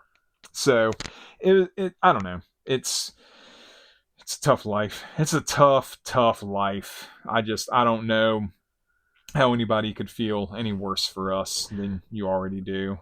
It's horrible. You know what? We made it through. We did. We made it through, and we survived. We managed to walk to a bakery. We survived, and right in front of the Den is Silverton Bake Shop, and I got bread pudding. And I had to share bread pudding with you, and you didn't enjoy the bread pudding. Look, you need to stop being dramatic. And the bread pudding was amazing. The bread pudding was very good, but it needed to be nuked in the microwave. I don't want stuff nuked in the microwave. Yes. I would rather eat it the way that it comes out of the case than hit it in the microwave. I would rather eat it the way it comes out of the oven, and the closest you can replicate that is out of the microwave. I wish people would just do like half-baked trays of bread pudding, and then when you order bread pudding, just have a sign that says, please allow 15 minutes for us to finish cooking the bread pudding. Let me ask you a question. Yeah. If they had that bread pudding, and they were like, do you want it like this right out of the case? Or we have one of those little toaster ovens we can stick it in for 5 minutes. Yeah. It's the same thing. As a microwave? Yes. No, it's not. It is. We also got coffee cake, which I ate 2 bites of and decided it wasn't worth the calories, and Whitney ate the rest of. For breakfast the next morning. It was a good coffee cake. In the parking lot. But I'm not sad that you didn't eat it because it was really good. It had such a thick, yummy layer of streusel in the middle. I was so excited about it whenever I saw it in the case. It was not. Oh, I didn't. I'm not going to remember. It was not a normal coffee cake, just like a cinnamon streusel. It had something in it. It was. I told you when we walked out. I was like, I'm telling you this because I'm not going to remember, and you need to help me remember. It was. Did you make a note of it in your phone? No. That is your job. It was. I've got the brain the size of a cockatoo. That's why you make notes in your phone. When you look at me on social media, it says dumb person for a reason. It was pineapple, Oh, it's the pineapple. Okay, that makes sense. but it was pineapple, peach, Peach makes and sense. coconut. Okay, yeah, the pineapple and the peach, because there were a couple of bites where there were like pieces of fruit in there, and I was like, this is something that's not like coffee cake. So it was almost like a hummingbird cake. But it was dry. It wasn't dry. Shut your mouth. So, I don't know. Anyway, so we got that and the A bread pudding molasses cookie. and Meg's cookie, which was their like specialty cookie, and I don't know what I see sprinkles. It was essentially a sugar cookie with some sesame seeds. It had butterscotch and a few other things. Chocolate chips and sprinkles. But I didn't get much from it besides like sugar cookie essence with some crunch from the sesame seeds and then coconut flavor. When we start a cookie shop, can we name our sugar cookie essence? Yeah. It's going to be the best sugar cookie in the world. We're not going to sell a cookie unless it's the best sugar cookie in the world. A sugar cookie. All the other cookies. Sell a sugar cookie. Every other cookie can be mediocre and like we will fine, sell nothing mediocre. But the sugar cookie will be the best sugar cookie in the world. But I refuse to sell anything less. Your definition of the best sugar cookie in the world is so much different because it's Great American Cookie Company. Not that I'm hating on Great American but you like such different styles because you love Crumbles sugar. Do they call it it's a like sugar an cookie? Almond. Yeah, but it's like an almond sugar cookie. Do they even still do that one every week? Yeah, every once in a while. I don't know. I don't pay attention to Crumble that much. But I mean, their sugar cookie itself is slightly drier and crumblier than Great American Cookie, which I say like Great American Cookie. I say Great American Cookie is the sugar cookie. There is no sugar cookie that can come close. And I'm basing this off of like decades old information. I haven't had a sugar cookie from Great. It has not been decades. When's the last time I had a Great American Cookie? Decades is 20 years. Decade, at least. It has. You've had one since we've been 11 in a range. years is decades. No, that's not how that works. Working on decades. And you know what's funny that I just thought about is that's your ideal sugar cookie. And I would say that this, was it ginger molasses? Or was it just molasses? I have molasses cookie. This molasses cookie that we got from there was like the same texture of a Great American Cookie Company sugar cookie. Yes. And you don't like that in a molasses cookie. No. You're weird. Not at all. Anyways, we might have drank too much because I feel like we're getting distracted. It was a good molasses cookie. It was really soft. It was really moist. It was the same as the one that we got on the last trip, and I don't remember where it came. I don't remember. I was going to say Grand Central Bakery, but I don't think it was Grand Central Bakery. It was... What was our last trip? The whale watching trip. Cookie. Where did that come from? I don't know. Look in your notes. Pioneer Joe? I took this picture on our own plate at home, so... Oh, man. Yeah, I think you're right. No. I don't know. I don't know. Talk about something and... cover, like, make conversation while I figure out where the... So we ate our cookies. I don't think we did eat our cookies right away. We saved them for later. And then after we went to this bakery, we drove to Silverton Reservoir and parked over there, which they do have a day use fee. You're not supposed to be moving on. You're supposed to just be the molasses cookie came from Otis Cafe. Oh, that's right. So Otis Cafe is super soft. Like you pick it up, it wants to fall apart. It wants to bend in your hand. It has no structural integrity whatsoever. It's how a sugar cookie should be. All cookies. No, some cookies need that like crisp, like big, thick cookies need that crisp exterior and that fluffy, soft interior. Moving on. Is Wild River still open? Because I need a cookie. I think for 30 more minutes. We're about to pause this podcast so we can drive down the road, even though I'm on calorie restriction right now. No, that's not until tomorrow. No, I'm on calorie restriction right now. Silverton Reservoir. We drove over there, and there is a little boat launch, and there is a day use fee. And I was walking over to look and see how much the day use fee was. You are putting some damage on this wine, Dave. Every time I look down, it's like a third gone. It's so you don't like white wine as much as me. I've been in a white wine mood lately, and it's been so delicious. That one's really good. I want more of that. I'm going to message You them. just drank like three I took a quarters. me-size sip. Ugh. I'm going to message them tonight and see if they still have any bottles and if they can hold a bottle or 2 bottles for us for whenever we come into town. By the way, we're drinking Sound and Vision Dry Riesling, which is in there. Are they technically in Medford? No, they're technically in not Ashland. They're technically in no, this happened last time. I called it Luck, but it's something else. They're technically in the Medford area. It's not Luck. We had this conversation the last time we were talking about Sound and Vision. It's the city between Ashland and Medford. It's Talent. Oh. Anyways, Talent, Oregon, Sound and Vision, amazing wine, amazing people. So we went to Silverton Reservoir, and I was looking to see what the day use fee was, and some dude started walking towards me. He's like, "Ma'am, are you about to pay for a parking spot?" And I was like, "Well, I'm looking to see how much it is, and probably." And he's like, "Here, we're leaving," and gave me their parking pass for the day. So that was really cool. So we got to sit there, and we were able to sit and look at the water. I can't believe you didn't offer that nice young man a beer. He was driving. You didn't have to drink it then. So I'm sorry. I'll try to do better next time. So we sat and we ate tenderloin. We ate some food. And drank an energy drink. And you drank. And I consumed beer. Did I do schoolwork or did I just sit and look at the water? We just sat and looked at the water. And I was really upset that we didn't have the paddleboard. You were really upset. Because it was like 70 degrees and sunny. Like there were people on paddleboards and in kayaks. It was perfect. Yeah, and we didn't have it. So that's what prompted Jake putting the paddleboard in the van earlier today or yesterday. Today. So we did that. I put a lot of effort into that. And then after that, it was nearing evening time. So we drove back over to the Tulip Festival. We didn't do anything on the way. Nope. We went from Silverton Reservoir back to the Wooden Shoe. We went back to the Tulip Festival because I wanted to walk around during golden hour. Yeah.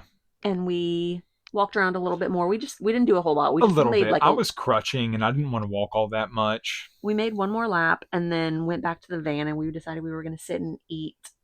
I started making dinner and then you had the bright idea that you haven't posted yet. I have yet to decide if I'm going to post this. Did you walk and do it? No.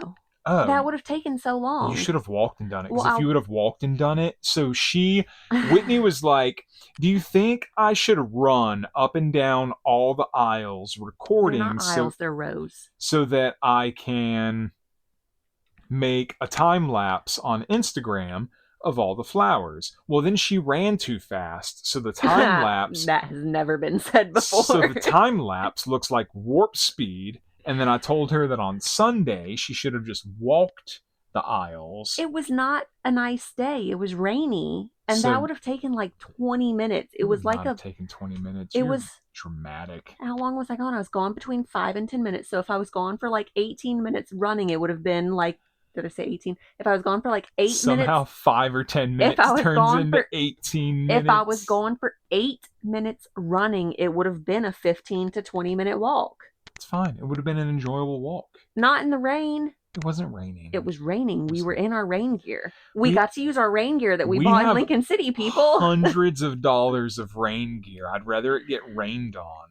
We don't have... Oh, yeah, I guess with your 2 jackets, we do have hundreds of dollars of rain gear. The pants cost $40 collectively, but it's the jackets that are expensive. Anyways, so I ran through the fields while Jake was getting our dinner ready. Yep. And I may or may not post huge salad. May or may not make a post with the video. It might make people a little bit motion sickness, seasickness, boat sickness. It's not that fast. It's pretty fast. So we did that. We also ate some cookies. You posted a picture of eating a cookie in the field. That was your disappointing cookie, your dry cookie. But it's okay. We finished there. We stayed until it was obviously time for us to leave. And then we left and we went to a Boondockers welcome that night, which was really nice. 6 minutes away. Yeah. We wanted to stay close because we were going back to the Tulip Festival the next morning. Which made a lot of sense because all the driving we did the next morning. Anyways, we stayed at a hazelnut farm. Yep. And in case anybody was wondering, is it 90%? 90% of the hazelnuts in the U.S. are grown in Oregon. So we stayed at a hazelnut farm, and the people were really nice, and we talked to them for a while. They were super nice. They like apple fritters too. Yeah, they eat all the apple fritters they can, and they judge their apple fritters and talk about apple fritters, much like us. And they gave us a little welcome package with a couple cookies and a little package of their hazelnuts. Bro, if they sold those cookies, I would have bought cookies. We should have bought hazelnuts. I would have bought cookies. And I think that was both of our first time just eating hazelnuts. They tasted like popcorn. They were yummy. So the next day, we woke up and we tried going south like 5 minutes away to a little service station that's supposed to have breakfast burritos, but they don't sell breakfast burritos on Sunday in, I guess, Hubbard. We'll call it Hubbard, Oregon. So then we went to Molalla, Oregon, which was to the east of where we stayed the night before, like 16 minutes to the east, and went to Las Delicias Bakery and got 3 donuts. We got an apple fritter, which is just so underwhelming looking at the photo. Do you remember it? I have my notes, so of course you do. I know what to say about it. I feel like it was a pretty good texture donut, but lacking in flavor. Except for oil. See, I didn't think it tasted oily. You kept saying that, and I didn't really get that. Every single bite that I took, I was like, man, this is oily. There's crystals. Is there?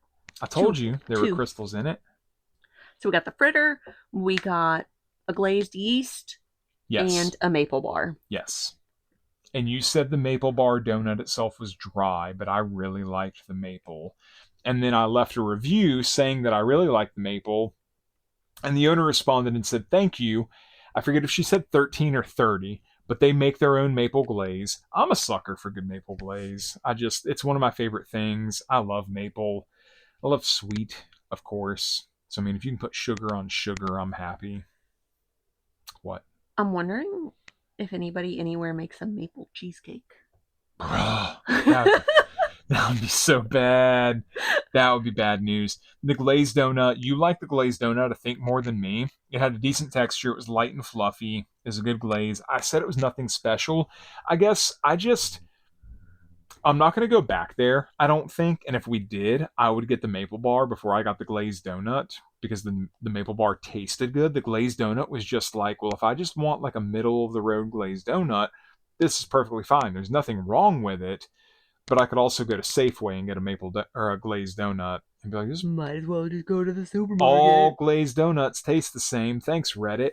But yeah, I don't know. I'd rather a dry maple bar with an amazing maple glaze than a glazed donut that's just like you're eating the definition of a glazed donut out of the dictionary. And it's just lackluster.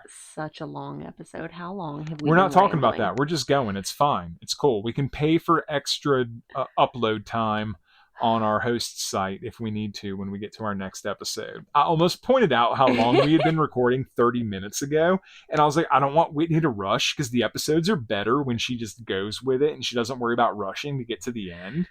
So we're not going to worry about that. What is that? It's just your money. What is that thing that that website, like National Park After Dark, has a subscription? Podcasters do it. We're going to start a thing. What is it? Patreon. We're going to start a Patreon. Anyway, so one person listens to our podcast on a regular basis, Mama, and that's Mama. Mama, are you going to join our Patreon? So let's both say hey to Mama right now. Hey, Mama. I already said, I already acknowledged her. Okay. So like, yeah. If I go and look at our data for downloads, like the bottom end is like 6 or 7, and then the top end, I think we maxed out on episode 1 with like 22 downloads. Killing it. That was it. I basically can quit nursing any day now. So if anything, we're going to start a Patreon, and Mama's going to be like, I'll give y'all $5 a month. Is that what we need to pay? I think that would pay for our like 1 extra hour of upload time on Buzzsprout. Anyways, we ate our baked goodies and then we went back to the Tulip Festival to meet Colin and Carrie. Yes, we did. And we walked around the Tulip Festival with them and Barley, who is their long-haired weenie dog. Yep. And long-haired wiener. We dressed up in all of our... We were decked out in rain gear. Lincoln City trip rain gear that we purchased, and it barely sprinkled. We warded it off for everybody. We were prepared. Y'all are welcome. Yeah, it was only because we wore the rainproof tops and the Columbia waterproof bottoms and our matching terracotta boots. Tapioca boots. Tapioca. So we did that, and then we didn't stay out there for what?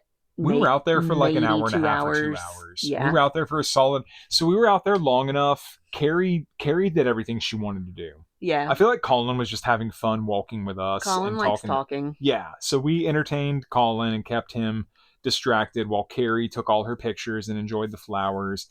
I think she kept asking like what we wanted to do. And it was like, no.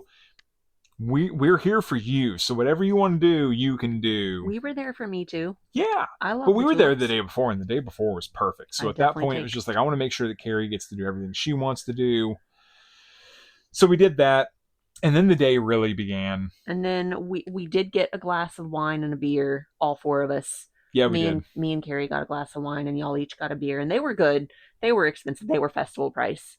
Whatever. I won't get alcohol at the Wooden Shoe Tulip Festival in the future. And then we went to the Oregon City Brewing Canby something or other food truck beer library and food carts. I was close. It's my new favorite place. No, I'm surprised you made it as far as you did. Oregon City Brewing's Canby Beer Library and food carts. So they have two locations, and they look really similar from like the few pictures that I looked at. Like they would be a similar setup. Their beer is impressive. Food truck pods or food truck carts. Food trucks. They had food trucks. Beer. Nice outdoor area. Excellent. Covered, heated. Excellent. Like it was amazing. Area. It was. This is dumb for me to be this happy about this, but the fact that they had their the hand gesture you're making, all I can think is that an ostrich is attacking your face. They had their windows that you go order like backed right up to the covered area, so like in the inclement weather you barely have and to. And then their overhead windows. What is the covers? So so for the trucks themselves, there are the covers that cover the window that you order at that open upwards so that it provides... It's like an awning. An awning. So that you have something to stand under in the rain. But the... service window? The service window was not so deep that you had to stand outside of the awning, so you didn't get dripped on. So it was really nice. It was just a super nice setup. Yeah, it was a really nice setup. It, and they had what, maybe six-ish? There was a barbecue truck, there was a Thai truck, there was a smash burger truck, there was a boba truck that had some weird stuff. I think there might have been a chicken truck, but I don't remember. There were 6 or 7 trucks. We got Pound Town smash burgers. Obviously. So we got a couple of smash burgers. Jake got... They're just kind of original. So, yeah, I got the double smash burger, but I added a patty and added grilled onions. So I got a triple, essentially, with grilled onions. Amazing. And I got a jalapeno smash burger. Jalapeno popper. Jalapeno pop. Oh, it had the cream cheese. It had cream cheese on it. That's what makes it a popper. And cream cheese, and I think it had regular cheese too. And you liked the one that we got. You liked the third burger that we got more than your jalapeno popper. So you liked the regular triple burger more than the jalapeno popper. But that was because my first one, my jalapeno popper one, they didn't smash the patties as well. I didn't have any of the little crispy boys on it. I don't know. But the burgers were really good. The fries were really good. They were almost like just... I told Jake they made me think of like shoestring, like beer battered shoestring salted fries. But they weren't quite shoestring. They were pretty close. Fantastic burgers. Based off, they're better than Highway. They're like McDonald's size. They're better.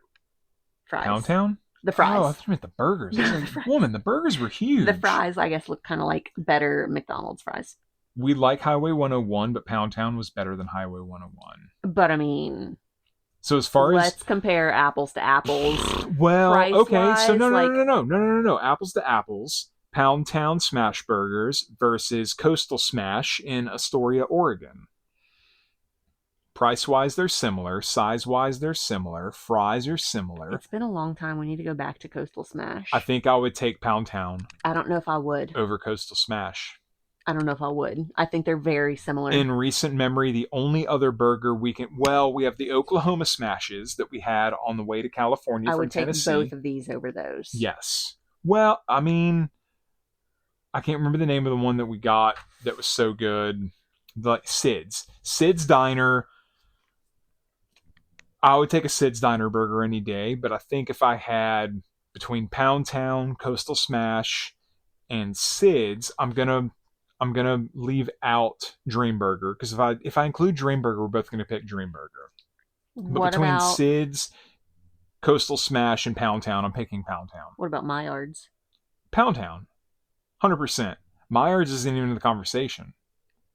You liked Maillard's. Yeah, but it was the sauce. You thought Maillard's was so good. It was the sauce. It was good. I'm a sucker for a smash burger. Like, if you put a smash burger in front of me, I'm going to say it's good. For the most part. I don't think we've ever had a smash burger that I'm like, that's bad.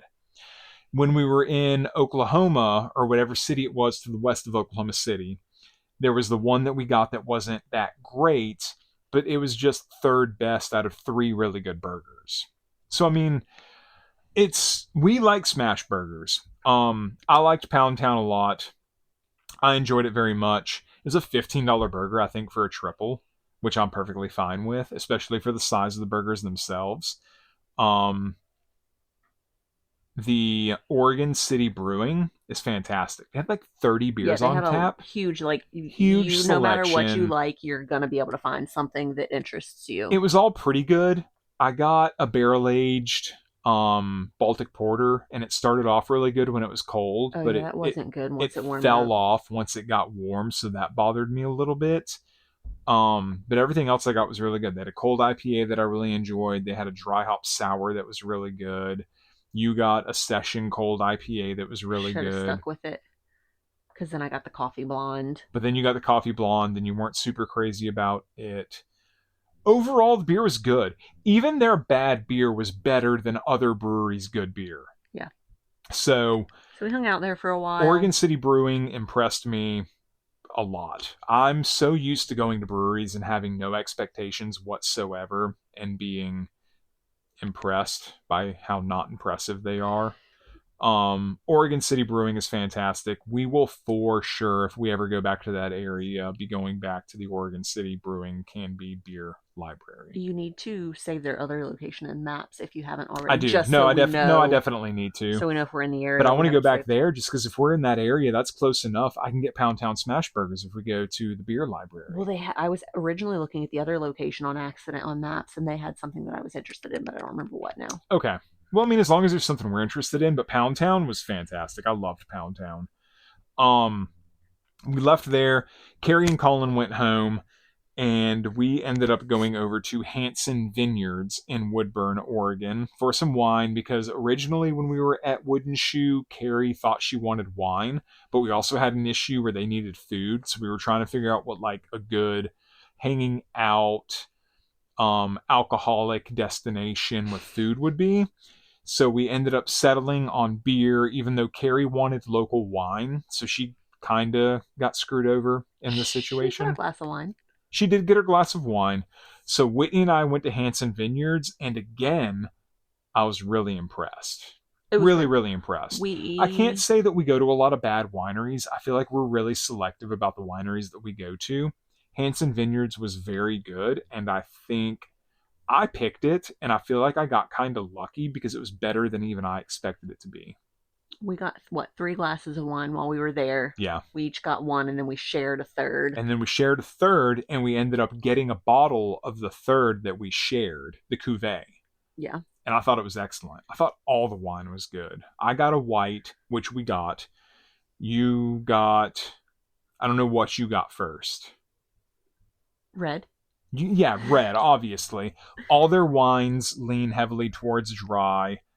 My white that I got was like heavy acidity, heavy minerality, which is what they promote on their website. And then they're super dry on everything. I'll And be, their reds were tannic to the point that it was ridiculous, and I loved it. it wasn't.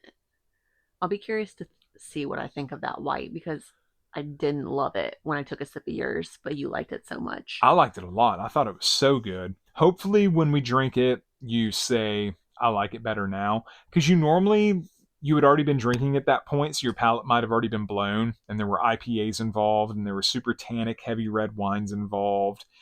So maybe when you drink it, it'll be better. But Hanson Vineyards was good. We got 2 bottles of wine to go. Super affordable.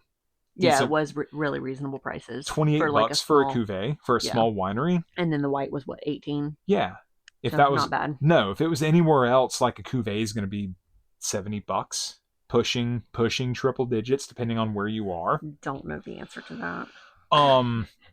So then we went to Cape Lookout State Park Campground for the night. So this is when we needed to make the decision. Are we going east or west for our next couple of days? And then we decided to go west. So we went out to the coast. And this is all based off the decision that we were going down to North Bend / Coos Bay to go to Feathered Feathers and flavors. Flavor Feathers and flavors. Feather and flavor. at Nobi Whatever. Tap House in order to do their Hot Ones chicken wing challenge. So we went west, went to the coast, stayed in Tillamook, Oregon that night, and we tried 3 places the next day after we got up to try to go agate hunting, but the weather was so terrible, Yeah. the wind was so bad, the rain was so bad. We went to 2 or 3 different parking areas in Lincoln City and tried to see if there were any rock beds. Oh yeah, we were Whitney trying didn't to. want me to walk that much. I didn't need to walk that much.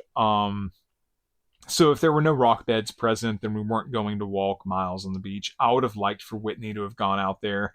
I guess technically you're not supposed to take a float, so even if you would have found a float, you're not technically supposed to keep it. Dark sky floats are making us question that. Oh man, which we can't do anyway. Yeah. But Stupid. so we didn't do that.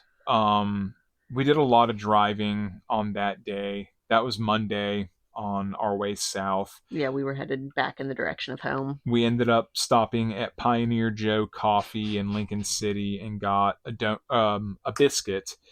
And it's super disappointing because we went to the Pioneer Joe Coffee in Glen Eden.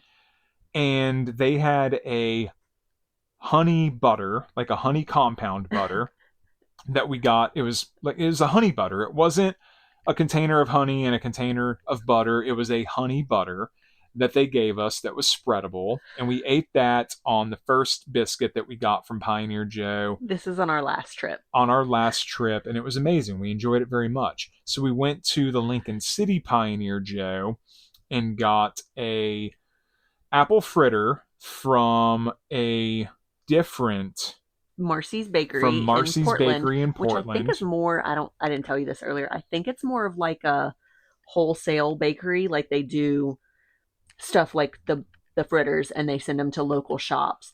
I don't know if they have a location that you can go to. Okay. I'm not sure. I didn't look into it. Doesn't that matter. much. They heated it up for us. It was a really good apple fritter. I enjoyed it very much. The biscuit was very good. I don't want to say that the biscuit wasn't bad. As far as biscuits go, it was good. But what did the biscuit come with? So the issue was that I asked the sweet young lady behind the counter if I could have honey butter. We said, do you have honey butter? And she said, yeah, I can give you honey butter. Can I have honey butter to spread on the biscuit? And her definition of honey butter to spread on the biscuit was 2 little squares of prepackaged. It was, I think, did I say Dairy Gold? Dairy Gold frozen butter and a separate plastic ramekin of just squeeze bottle honey. So what we ended up with was a biscuit doused in honey with honey on it. I don't know, why didn't I keep the Dairy Gold? I threw the Dairy Gold away, which is stupid. I should have kept it just to have. Yeah, and then you should get me a package of bagels to take to work because we have a toaster at work. Well, I mean, I should have kept it and put it in the fridge, and then whenever we went on a trip, I should have put it on the counter so that we had room temp butter. Hindsight's 2020. Hindsight's 2020, and I don't know what I was thinking. I don't know why I got rid of it. I think I was just annoyed that she gave us frozen pats of butter when I was like, can we have butter to spread on our biscuit? And in her mind, she was like, frozen butter makes perfect sense for spreading on a biscuit. She did heat the biscuit for us, though, so that helps. She heated the biscuit, but what does that do for me when you give me a frozen thing of butter? You just set it on there and let it start melting. So the fritter, I didn't say this when we were eating it because I was wondering what you thought about it. And really good fritter. See, she heated it, and we don't normally have hot fritters. No, we don't. We normally have room temp, out of the case fritters. I don't know if it's just because she heated it, but it seemed really oily to me. It didn't taste of oil. It felt oily. And it was very, like, wet. Oh, you see that? The texture of oil doesn't bother me. It's the flavor. See, I don't like it because then it gets more, like, dense and heavy. I like dense and heavy. You're weird. It's more. It's not. If it's heavier, it's better. There's more of it. So I did think that about that fritter. So we ate. That's why cheesecake is so good. It's so dense and heavy. There's more of it. Yeah, because you're weird and you don't want a light, fluffy cheesecake. You want a dense, heavy cheesecake. I want my slice of cheesecake to weigh 8 pounds, 6 ounces at minimum. So we did that, and then we continued our drive south, and we went to our favorite. Is it our... Where are you going with this? Because I want to know what you're going to say about this. My next picture is our pull-off in Yachats. Oh. Did we do something else before that? We stopped at Chubby Little Mermaid. Oh, you see, that doesn't count because I didn't get anything because I exhibited self-control. I got a maple whale donut and I got a cookie butter square donut from Chubby Little Mermaid. And I enjoyed them that you didn't eat until the next morning. Immensely. Self-control. So we stopped at Chubby Little Mermaid so he could get some baked goods. I said I didn't need anything. I refuse to drive past Chubby Little Mermaid and not stop in there. I love Chubby Little Mermaid. Just accept that whenever we make the trip up the coast, I'm stopping at Chubby Little Mermaid. You don't have to get anything. Noted. I just need you to know if we drive past it and they're open, I'm going to stop. Good to know. So then we went to Yachats, which has a road. What's the road? Yachats Ocean Drive. Yachats Ocean Drive, which is a little residential road, but it's on the coast, and there's always people walking up and down the road, and we parked there. Yeah, but it's like a national reserve or something. I don't remember what it is. I know what you're talking about, but I don't remember exactly what it says it is. Like, it's a designated area, but it's in a neighborhood. So if you don't know it's there, you're going to drive right past it, but we love it. Yeah, it's just a nice spot to sit on the coast and watch the waves and the birds and the rain. And we had another lunch there, which consisted of... Are there pickles on that plate? Yeah. Okay, yeah, now I see them. Which consisted of one of our Cosmic Crisp apples, which we are severely fond of. Some homemade pickles. I'm saying that just for you, Brooks. I think this might have been my new recipe. I think they're delicious.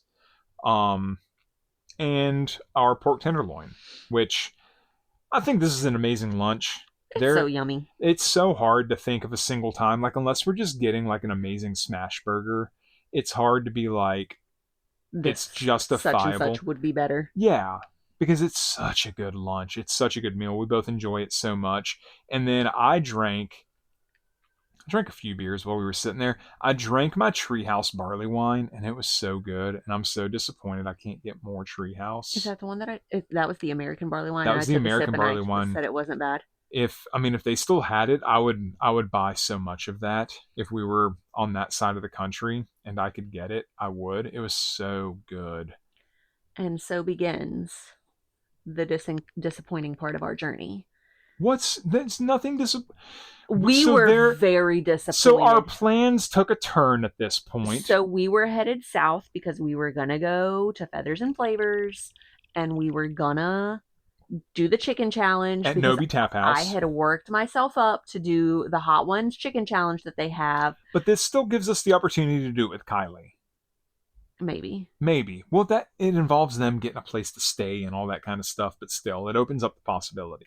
So we were going to do that, and then we're what, maybe 2 hours away, and I Yeah. was like, let me check their Facebook page and make sure they haven't made any posts. I'm glad you checked. They unfortunately, for some reason, had to not open that day. They might have had a legit emergency. If you look back at their past, they have other days where they consistently have to close. So I don't know what the situation is, but So we didn't get to do that. So then we pivoted, and I was like, you know what? we did pivot. We're going to drive through Florence, Oregon, and there is I don't know if A what seafood shack. seafood shop. Just call it a seafood shack. Seafood shack. It's literally on the. It's on the board. It's on the floating pier of a It's on harbor. the pier. It's this little shack, and they are supposed to have award-winning crab chowder. Shrimp chowder. Crab chowder. Shrimp chowder. Shut up. Crab. Yeah, you're right. Crab. I know I'm right. I'm always right. I was thinking clam chowder. Crab chowder, which I have never heard of or seen anywhere else because it's always clam chowder. And I've wanted to try it since the first time I saw it when we drove up in like December, but they've never been open when we've driven past because everybody's winter hours are super limited. And so I was like, oh, they're open on Mondays. Let's go. Yeah. And so we're on our way down. And I'm like, let me check their social media. And unfortunately, they sold out of all of their stuff on Sunday and weren't open on Monday. So we did not get to get any crab chowder. And so then we pivoted again and found a Mexican place because we were both feeling Mexican. ChatGPT came in clutch and provided us with a recommendation for a Mexican restaurant because we decided we were going to go get salsa, guac, and queso. I was about to ask if it was in Coos Bay or North Bend, and my phone says North Bend. North Bend. Okay. Do you know the name of it? El Guadalajara. El Guadalajara. So we got... El Guadalajara was fantastic. We saw other people that have food. The food looked good. It was your run-of-the-mill restaurant. There were like one or two people on the floor serving.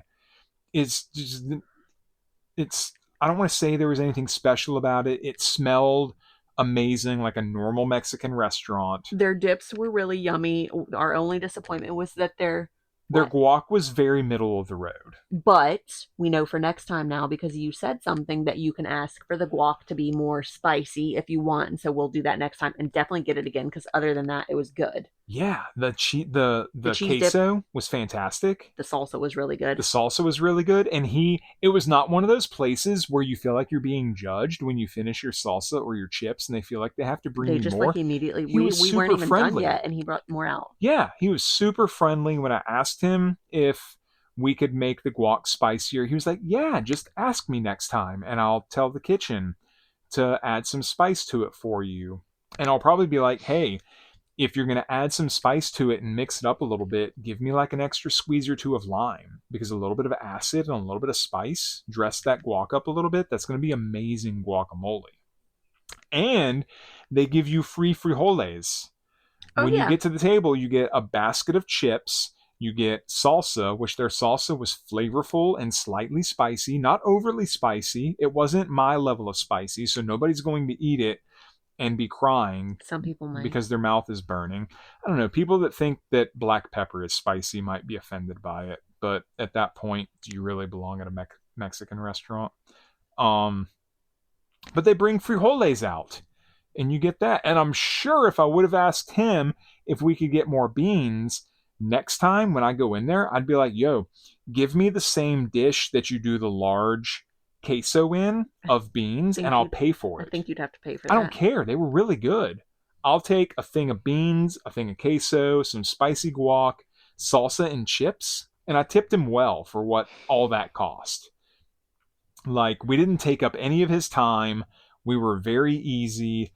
It was like $14.90 something cents, and I left him a $20 bill. My phone identified it as a wild turkey. Identified what? The turkey. I didn't know we were doing that. Okay. From the campground? Because we left there after we ate our Mexican food. Oh, so Whitney's ready to move on from Mexican food, everybody. I'm looking at a turkey. And then we went to Bullard's Beach State Park Campground for the night, which I didn't put a location. On the north side of Bandon. Okay, north side of Bandon. That makes sense because our next morning was in Bandon. So in between Bandon and Coos Bay, closer to Bandon. I liked that campground. Yeah, that was a good nice. campground. It would be a nice spot to walk We did some walking. That was the most walking I've done in months. Yeah, we did some walking. There were turkeys. When we were trying to decide what site we were going to stay in, there were some turkeys wandering around. There were 3 turkeys. So, yeah, we stayed at Bullard's Beach State Park. It was a good park. They had a lot of full hookups. They had like they do have half a dozen camp hosts. Yeah, maybe more. Maybe more. And then the next morning, I had been saying, by the time this episode's come out, then the last episode will have already come out, and people would have already heard me talking about van jam and wanting to get jam for the van. Well, you'll be happy to know we got van jam. We got 3 things of we got 2 things of van jam and 1 butter. Yeah. 1 apple butter. What's the name of it? Misty Meadows Jam. Misty or Mystic? Misty. Misty, that's right. What I have in my notes is Misty Meadows Jam in Bandon, Oregon. So we were going south and we saw the jam. We've driven past this place a billion times at this point. Every time we've driven past it. Stopped. And then the last time I was talking about wanting van jam, Whitney was like, well, we drive past this spot that has jam, so we should just stop there. And then we diverted to the coast and it just worked out perfectly. So we went and got a strawberry jam, a strawberry rhubarb jam, and an apple butter. And once we got our jams, it only made sense to drive back north where we just came from to go back to the Rolling Pin Bakery in Bandon proper, because Misty Meadows is on the outskirts of Bandon towards the south. So we went back into Bandon proper and went to the Rolling Pin Bakery that Whitney and I are going to buy because it's for sale, and got 2 regular biscuits and 2 cheddar biscuits that we had sliced and toasted. And ended up driving south and stopped in Port Orford at the Visitor Center, and ate 1 plain biscuit and 1 cheddar biscuit with butter, which we got from Rolling Pin that was room temp and actually spreadable, and our fresh strawberry jam. And that strawberry jam is so good. I can't wait to eat more. Immensely enjoyed it. So good. Enjoyed it so much. Like this is why I wanted jam for the van, babe. And then it's just so good. If you go past a bakery and it's like, man, I wonder if they have biscuits. Or I wonder if they have like small slices of bread, because we don't need a loaf of bread. I'll eat a loaf of bread, but I'll make myself sick eating a loaf of bread because I'll just eat it because I'm a glutton. But now we have more is more. But now we have jam so that we can stop and either get scones or biscuits. I don't know if butter is necessarily necessary. I think the jam is just fine. Absolutely not. I think it's just extra calories. It is. It's a lot of extra calories. I think the jam is just fine.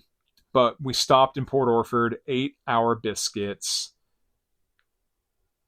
And Whitney is zooming in on the cheese spread from our breakfast burrito. This looks like it's out of a horror movie. It does. No, it looks like something out of Alien, or it looks like an egg opening up in some horror movie. We stopped at the Bites On food truck, which we've had saved in Gold Beach, Oregon for some time. I've had them saved for a while. I mean, they're so highly rated. And we got We did not get the big... You can say ass. We did not get the big ass breakfast burrito. We got the breakfast burrito. We got the breakfast burrito. So you can get the breakfast burrito, and then if you want to step it up a notch, the breakfast burrito comes with bacon and sausage. Yeah. And then if you want to step it up a notch, you can get the big ass breakfast burrito, which comes with either tri-tip or some form of meat that I don't know how to say the word for. Not lingua. Smoked sausage. I forget what it was, but it's not kielbasa, but another form of smoked sausage. And you can choose one of those to add to the bacon and sausage, and it's called the big ass. Or you can go all in and get all 4 meats. So I'm happy with what we got. It was a sizable burrito. It was a huge burrito. I could put down the whole burrito, but it would be a whole. I think it would be a whole meal if I tried to put down the whole breakfast burrito by myself. And we put hot honey on that bee. Hot honey on this this is the best breakfast burrito I've ever had. I told you this when we had it. I have it in my notes. But this is the best breakfast burrito I've ever had. But would it have been had you not put hot honey on it? I don't know, but we had hot honey, so it made it. We have a van hot honey. We have a hot honey. Van jam, we have a hot honey. We have a Mike's hot honey that we keep in the van for pizza that we've never used on pizza that I use on my salads, and now we used on a breakfast burrito. Best breakfast burrito I've ever had. Yeah. So good. And it was... The eggs were amazing. There was an abundance of meat. You didn't take a picture like this. I took this picture, and I took the picture of it cut in half with the cheese spread. That's a quality picture. It's so good. Like, you can see. Again, if we drive through Gold Beach and she's open, or if we're driving to that area and it's early enough, I'm going to call her and be like, hey, can you do us a breakfast burrito? We're going to be there at this time. So, yeah. And I imagine her other food's good, but that breakfast burrito was next level.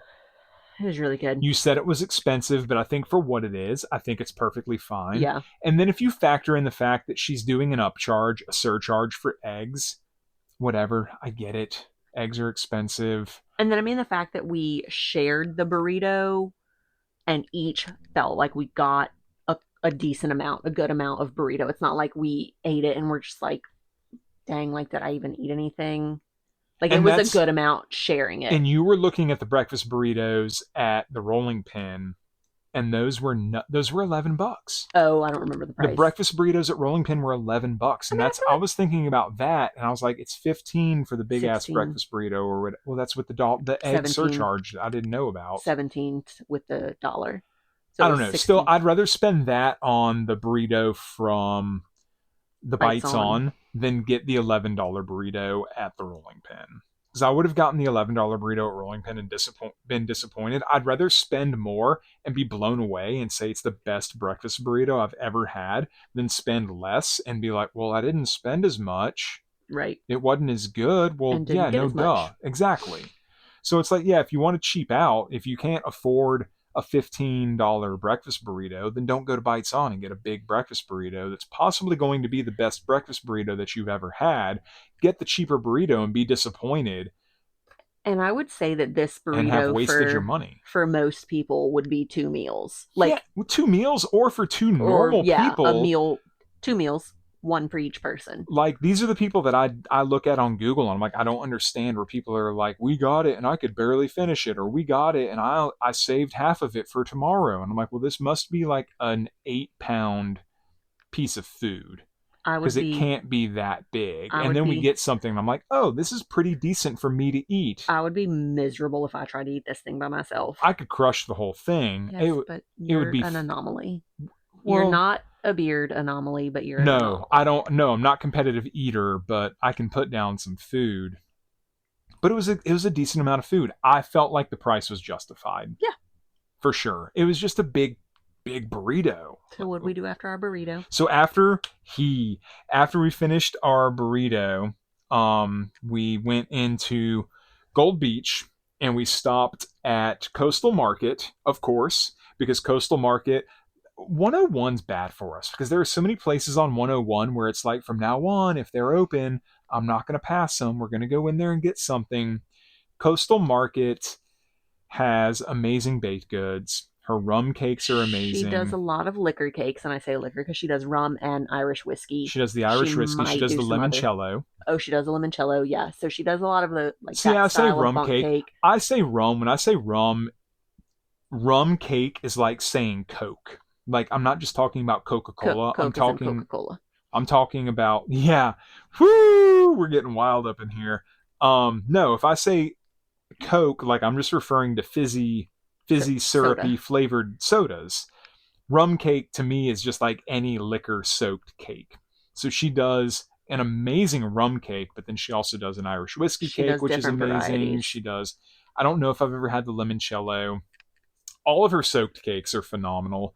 She does brownies, which are really good. I could live with the brownies being 3 or 4 times larger.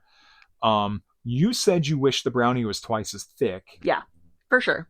Like, but I mean, that's a good. But the brownie's still really good. It's a really good brownie. It's a fudgy brownie. And she doesn't always have the same. She bakes out of their. It's this weird little shop. Like, they have a lot of it's like a little market. She has the international stuff. They import stuff from Italy. They have like true Italian pasta. And then they also do a lot of local stuff. They have a lot of local small business. They have a lot of niche stuff in there. And then they have a lot of overhead. It's a really cool spot. They bring in a lot of stuff that's not in high demand. but it's really cool stuff. And then she has a little kitchen in the back and she does baked goods. And she just, I guess, has like a selection of recipes that she rotates through. So you're not always going to get the same thing. I really wanted one of her Oregon whatever cookies, but she didn't have any cookies that day. So I got a brownie. We've never had anything from there that wasn't good. No. Ever. We've been to other places that we hype up a lot and we've gotten stuff that's like hit or miss. Like some of the places that we talk about, we might only be... Some things are really good, but some things are mediocre. Exactly. As opposed to Coastal Market, everything is good every time. We've never gotten anything from there and been like, I wouldn't get that again. It's all good. Yeah. It's all really good. So I got the brownie. You got the brownie and you got a little sesame caramel nut sesame bar. Caramel, yeah.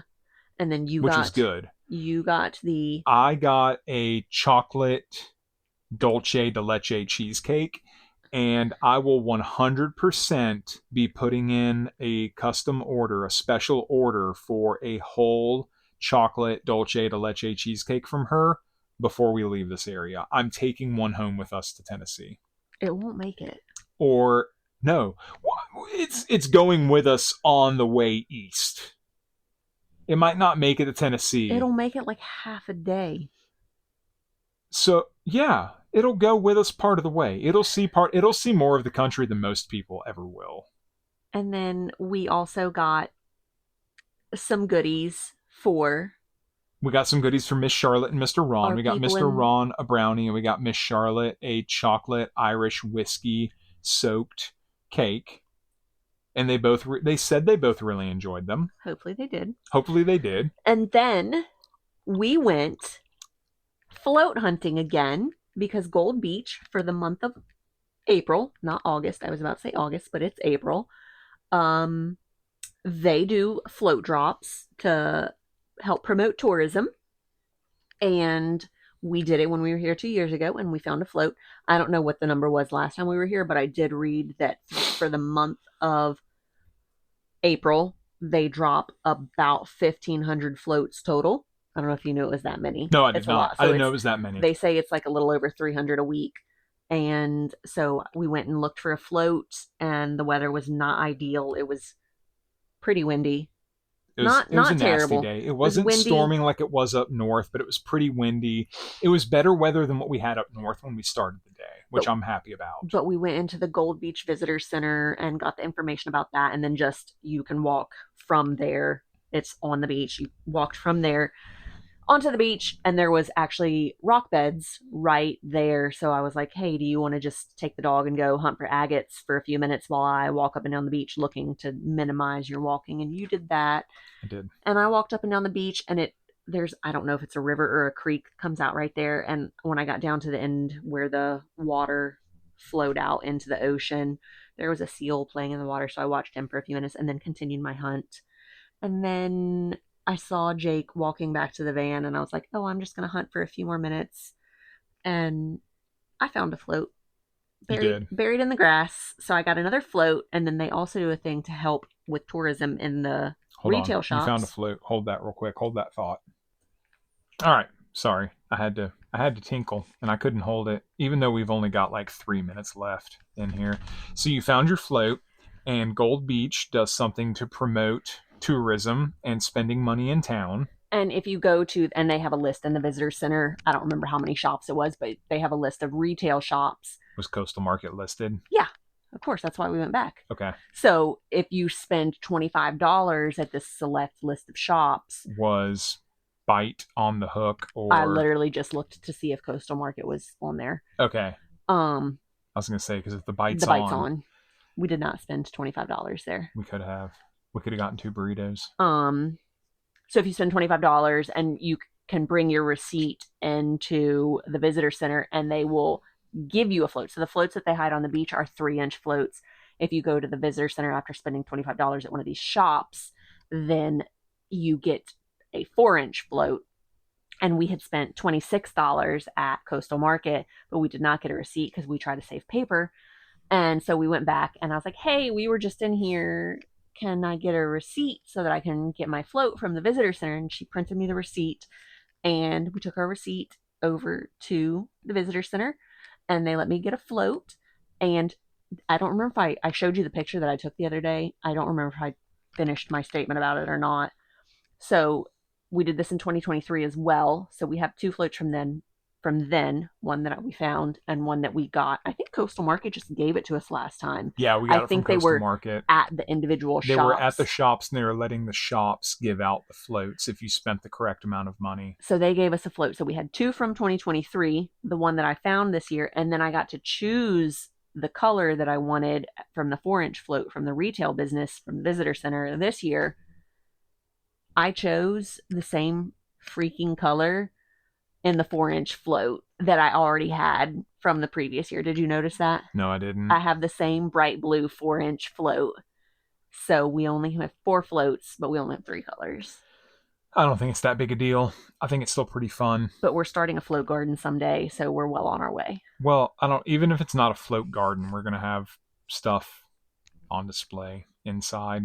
So we did that and then headed home. Yeah, that's it. I have 2 questions. I may have 2 answers. No, you do. You definitely will. What was your favorite tulip color? The world's favorite? Was world's favorite your favorite? I think it is. But still, my favorite was the one you took the picture of for me. Lollybella. Was it Lollybella? I think so. But one of my favorite things, and I don't know what your next question is, but one of my favorite things about the tulip fields is when they have us like rows of one color, the solid blocked colors. What? I know where you're going with this. And then just like one wrong color mixed in. Yeah. I love it. I don't think they do it on purpose. I think that's just How does it happen? I think it's just a thing. How does it happen? But this is one Genetics. of my favorite. This is one of my favorites, and I kind of hate that it's one of my favorites because of the colors it is. Why? What's wrong with like that purple or violet? It makes me think of LSU too much. Well, because there's a yellow one right there. Right. That's why I like the picture, because it's got that one random. The Lollybella I really like, but as far as like the fields go, my favorite are the fields that were off, that no one else saw, with like the big mixed. And those are the ones that I need to show you the picture when we're done. I like the mixed how much fields. Brighter they are right now. If I have to pick a single color, I think Lollybella was my favorite like single color. But as far as like looking at a field of tulips, it's the mixed tulips, which they had off in the back corner, which is kind of disappointing. I like that you have to work to get back there. Is it off in the back corner? Because it's literally what you see from the road. I guess, but it's not like most of the people aren't walking far enough. Because it wasn't as fully bloomed. If there was as much color over there as there was in the bloomed fields, they would have been over there. I don't know. They were pretty. Nobody was doing their TikTok or Instagram photo shoots over there. All right, next question. What do you think of inland Oregon versus coastal Oregon? So, I mean, we've still only really been like, we went to Bend the one time for a few days 2 years ago and really enjoyed it, but we stuck to Bend. Yep. I really want to go to Smith Rock. And other than that, we've really only spent time in the Willamette Valley and Applegate or whatever the Medford area is. I mean, I love the coast more. We've done Portland and Vancouver. We've done the Medford, Ashland, Talent area, as well as some Grants Pass mixed in there. We've done Bend. It's also super hard to answer because when we went to Medford, weather was not good, so we didn't get to do any hiking. This trip, we didn't get to do any hiking because your foot was hurt. And then Portland, all we did was dumpling week. We didn't do any hiking. I mean, I like it all. Oregon's great. We did hiking. We did do a couple hikes, and that was really nice. We did more hiking in Portland than we've done anywhere else in inland Oregon. Yeah, for sure. It's super cool. I love it. I want to spend more time. I also really want to go to Eastern Oregon because there's some really cool looking stuff over there, but we've literally never ventured anywhere near that stuff. No. And that's definitely on the list, even though you don't know that and you don't know what I'm talking about. We've definitely not been over there. That was my only 2 questions. I already know what your favorite is. My favorite what? Like inland versus coastal? What is it? Coastal. Yeah, probably. You love the coast. We love the coast. I do. Yeah, the coast is amazing. But it's also like we have this conversation every time. It's like, what do you think about going to a new area? Like I'm at the point now where I've just accepted that no matter where we go, I'm going to enjoy it. There are so few places that we're actually realistically going to go to that I won't. We are highly adaptable. We are adaptable. We are very adaptable. The dog is adaptable too. That's another tattoo. Well, as long as she doesn't have to walk more than a mile, she's adaptable. She adapts to limping after a mile. All right, 2 hours. Thanks for hanging out with us, everybody. That was the Wooden Shoe Tulip Festival. Buy your flex tickets, get a flight, go. It's worth it. It's fun. We gave you more than enough recommendations to put on 15 pounds while you're there. We had fun. We loved it. We're going to go back every year that we have an opportunity to go back. So that's it. We'll see you next time for episode number 10. It's a milestone. Most podcasts, relatively, for how many podcasts have ever existed, don't make it to 10 episodes. We will. We will. So we'll see what the next one is. We don't know if it'll be 2 hours or not. It could be shorter. It might be longer. We'll see. I don't know. Say bye. Bye. Bye.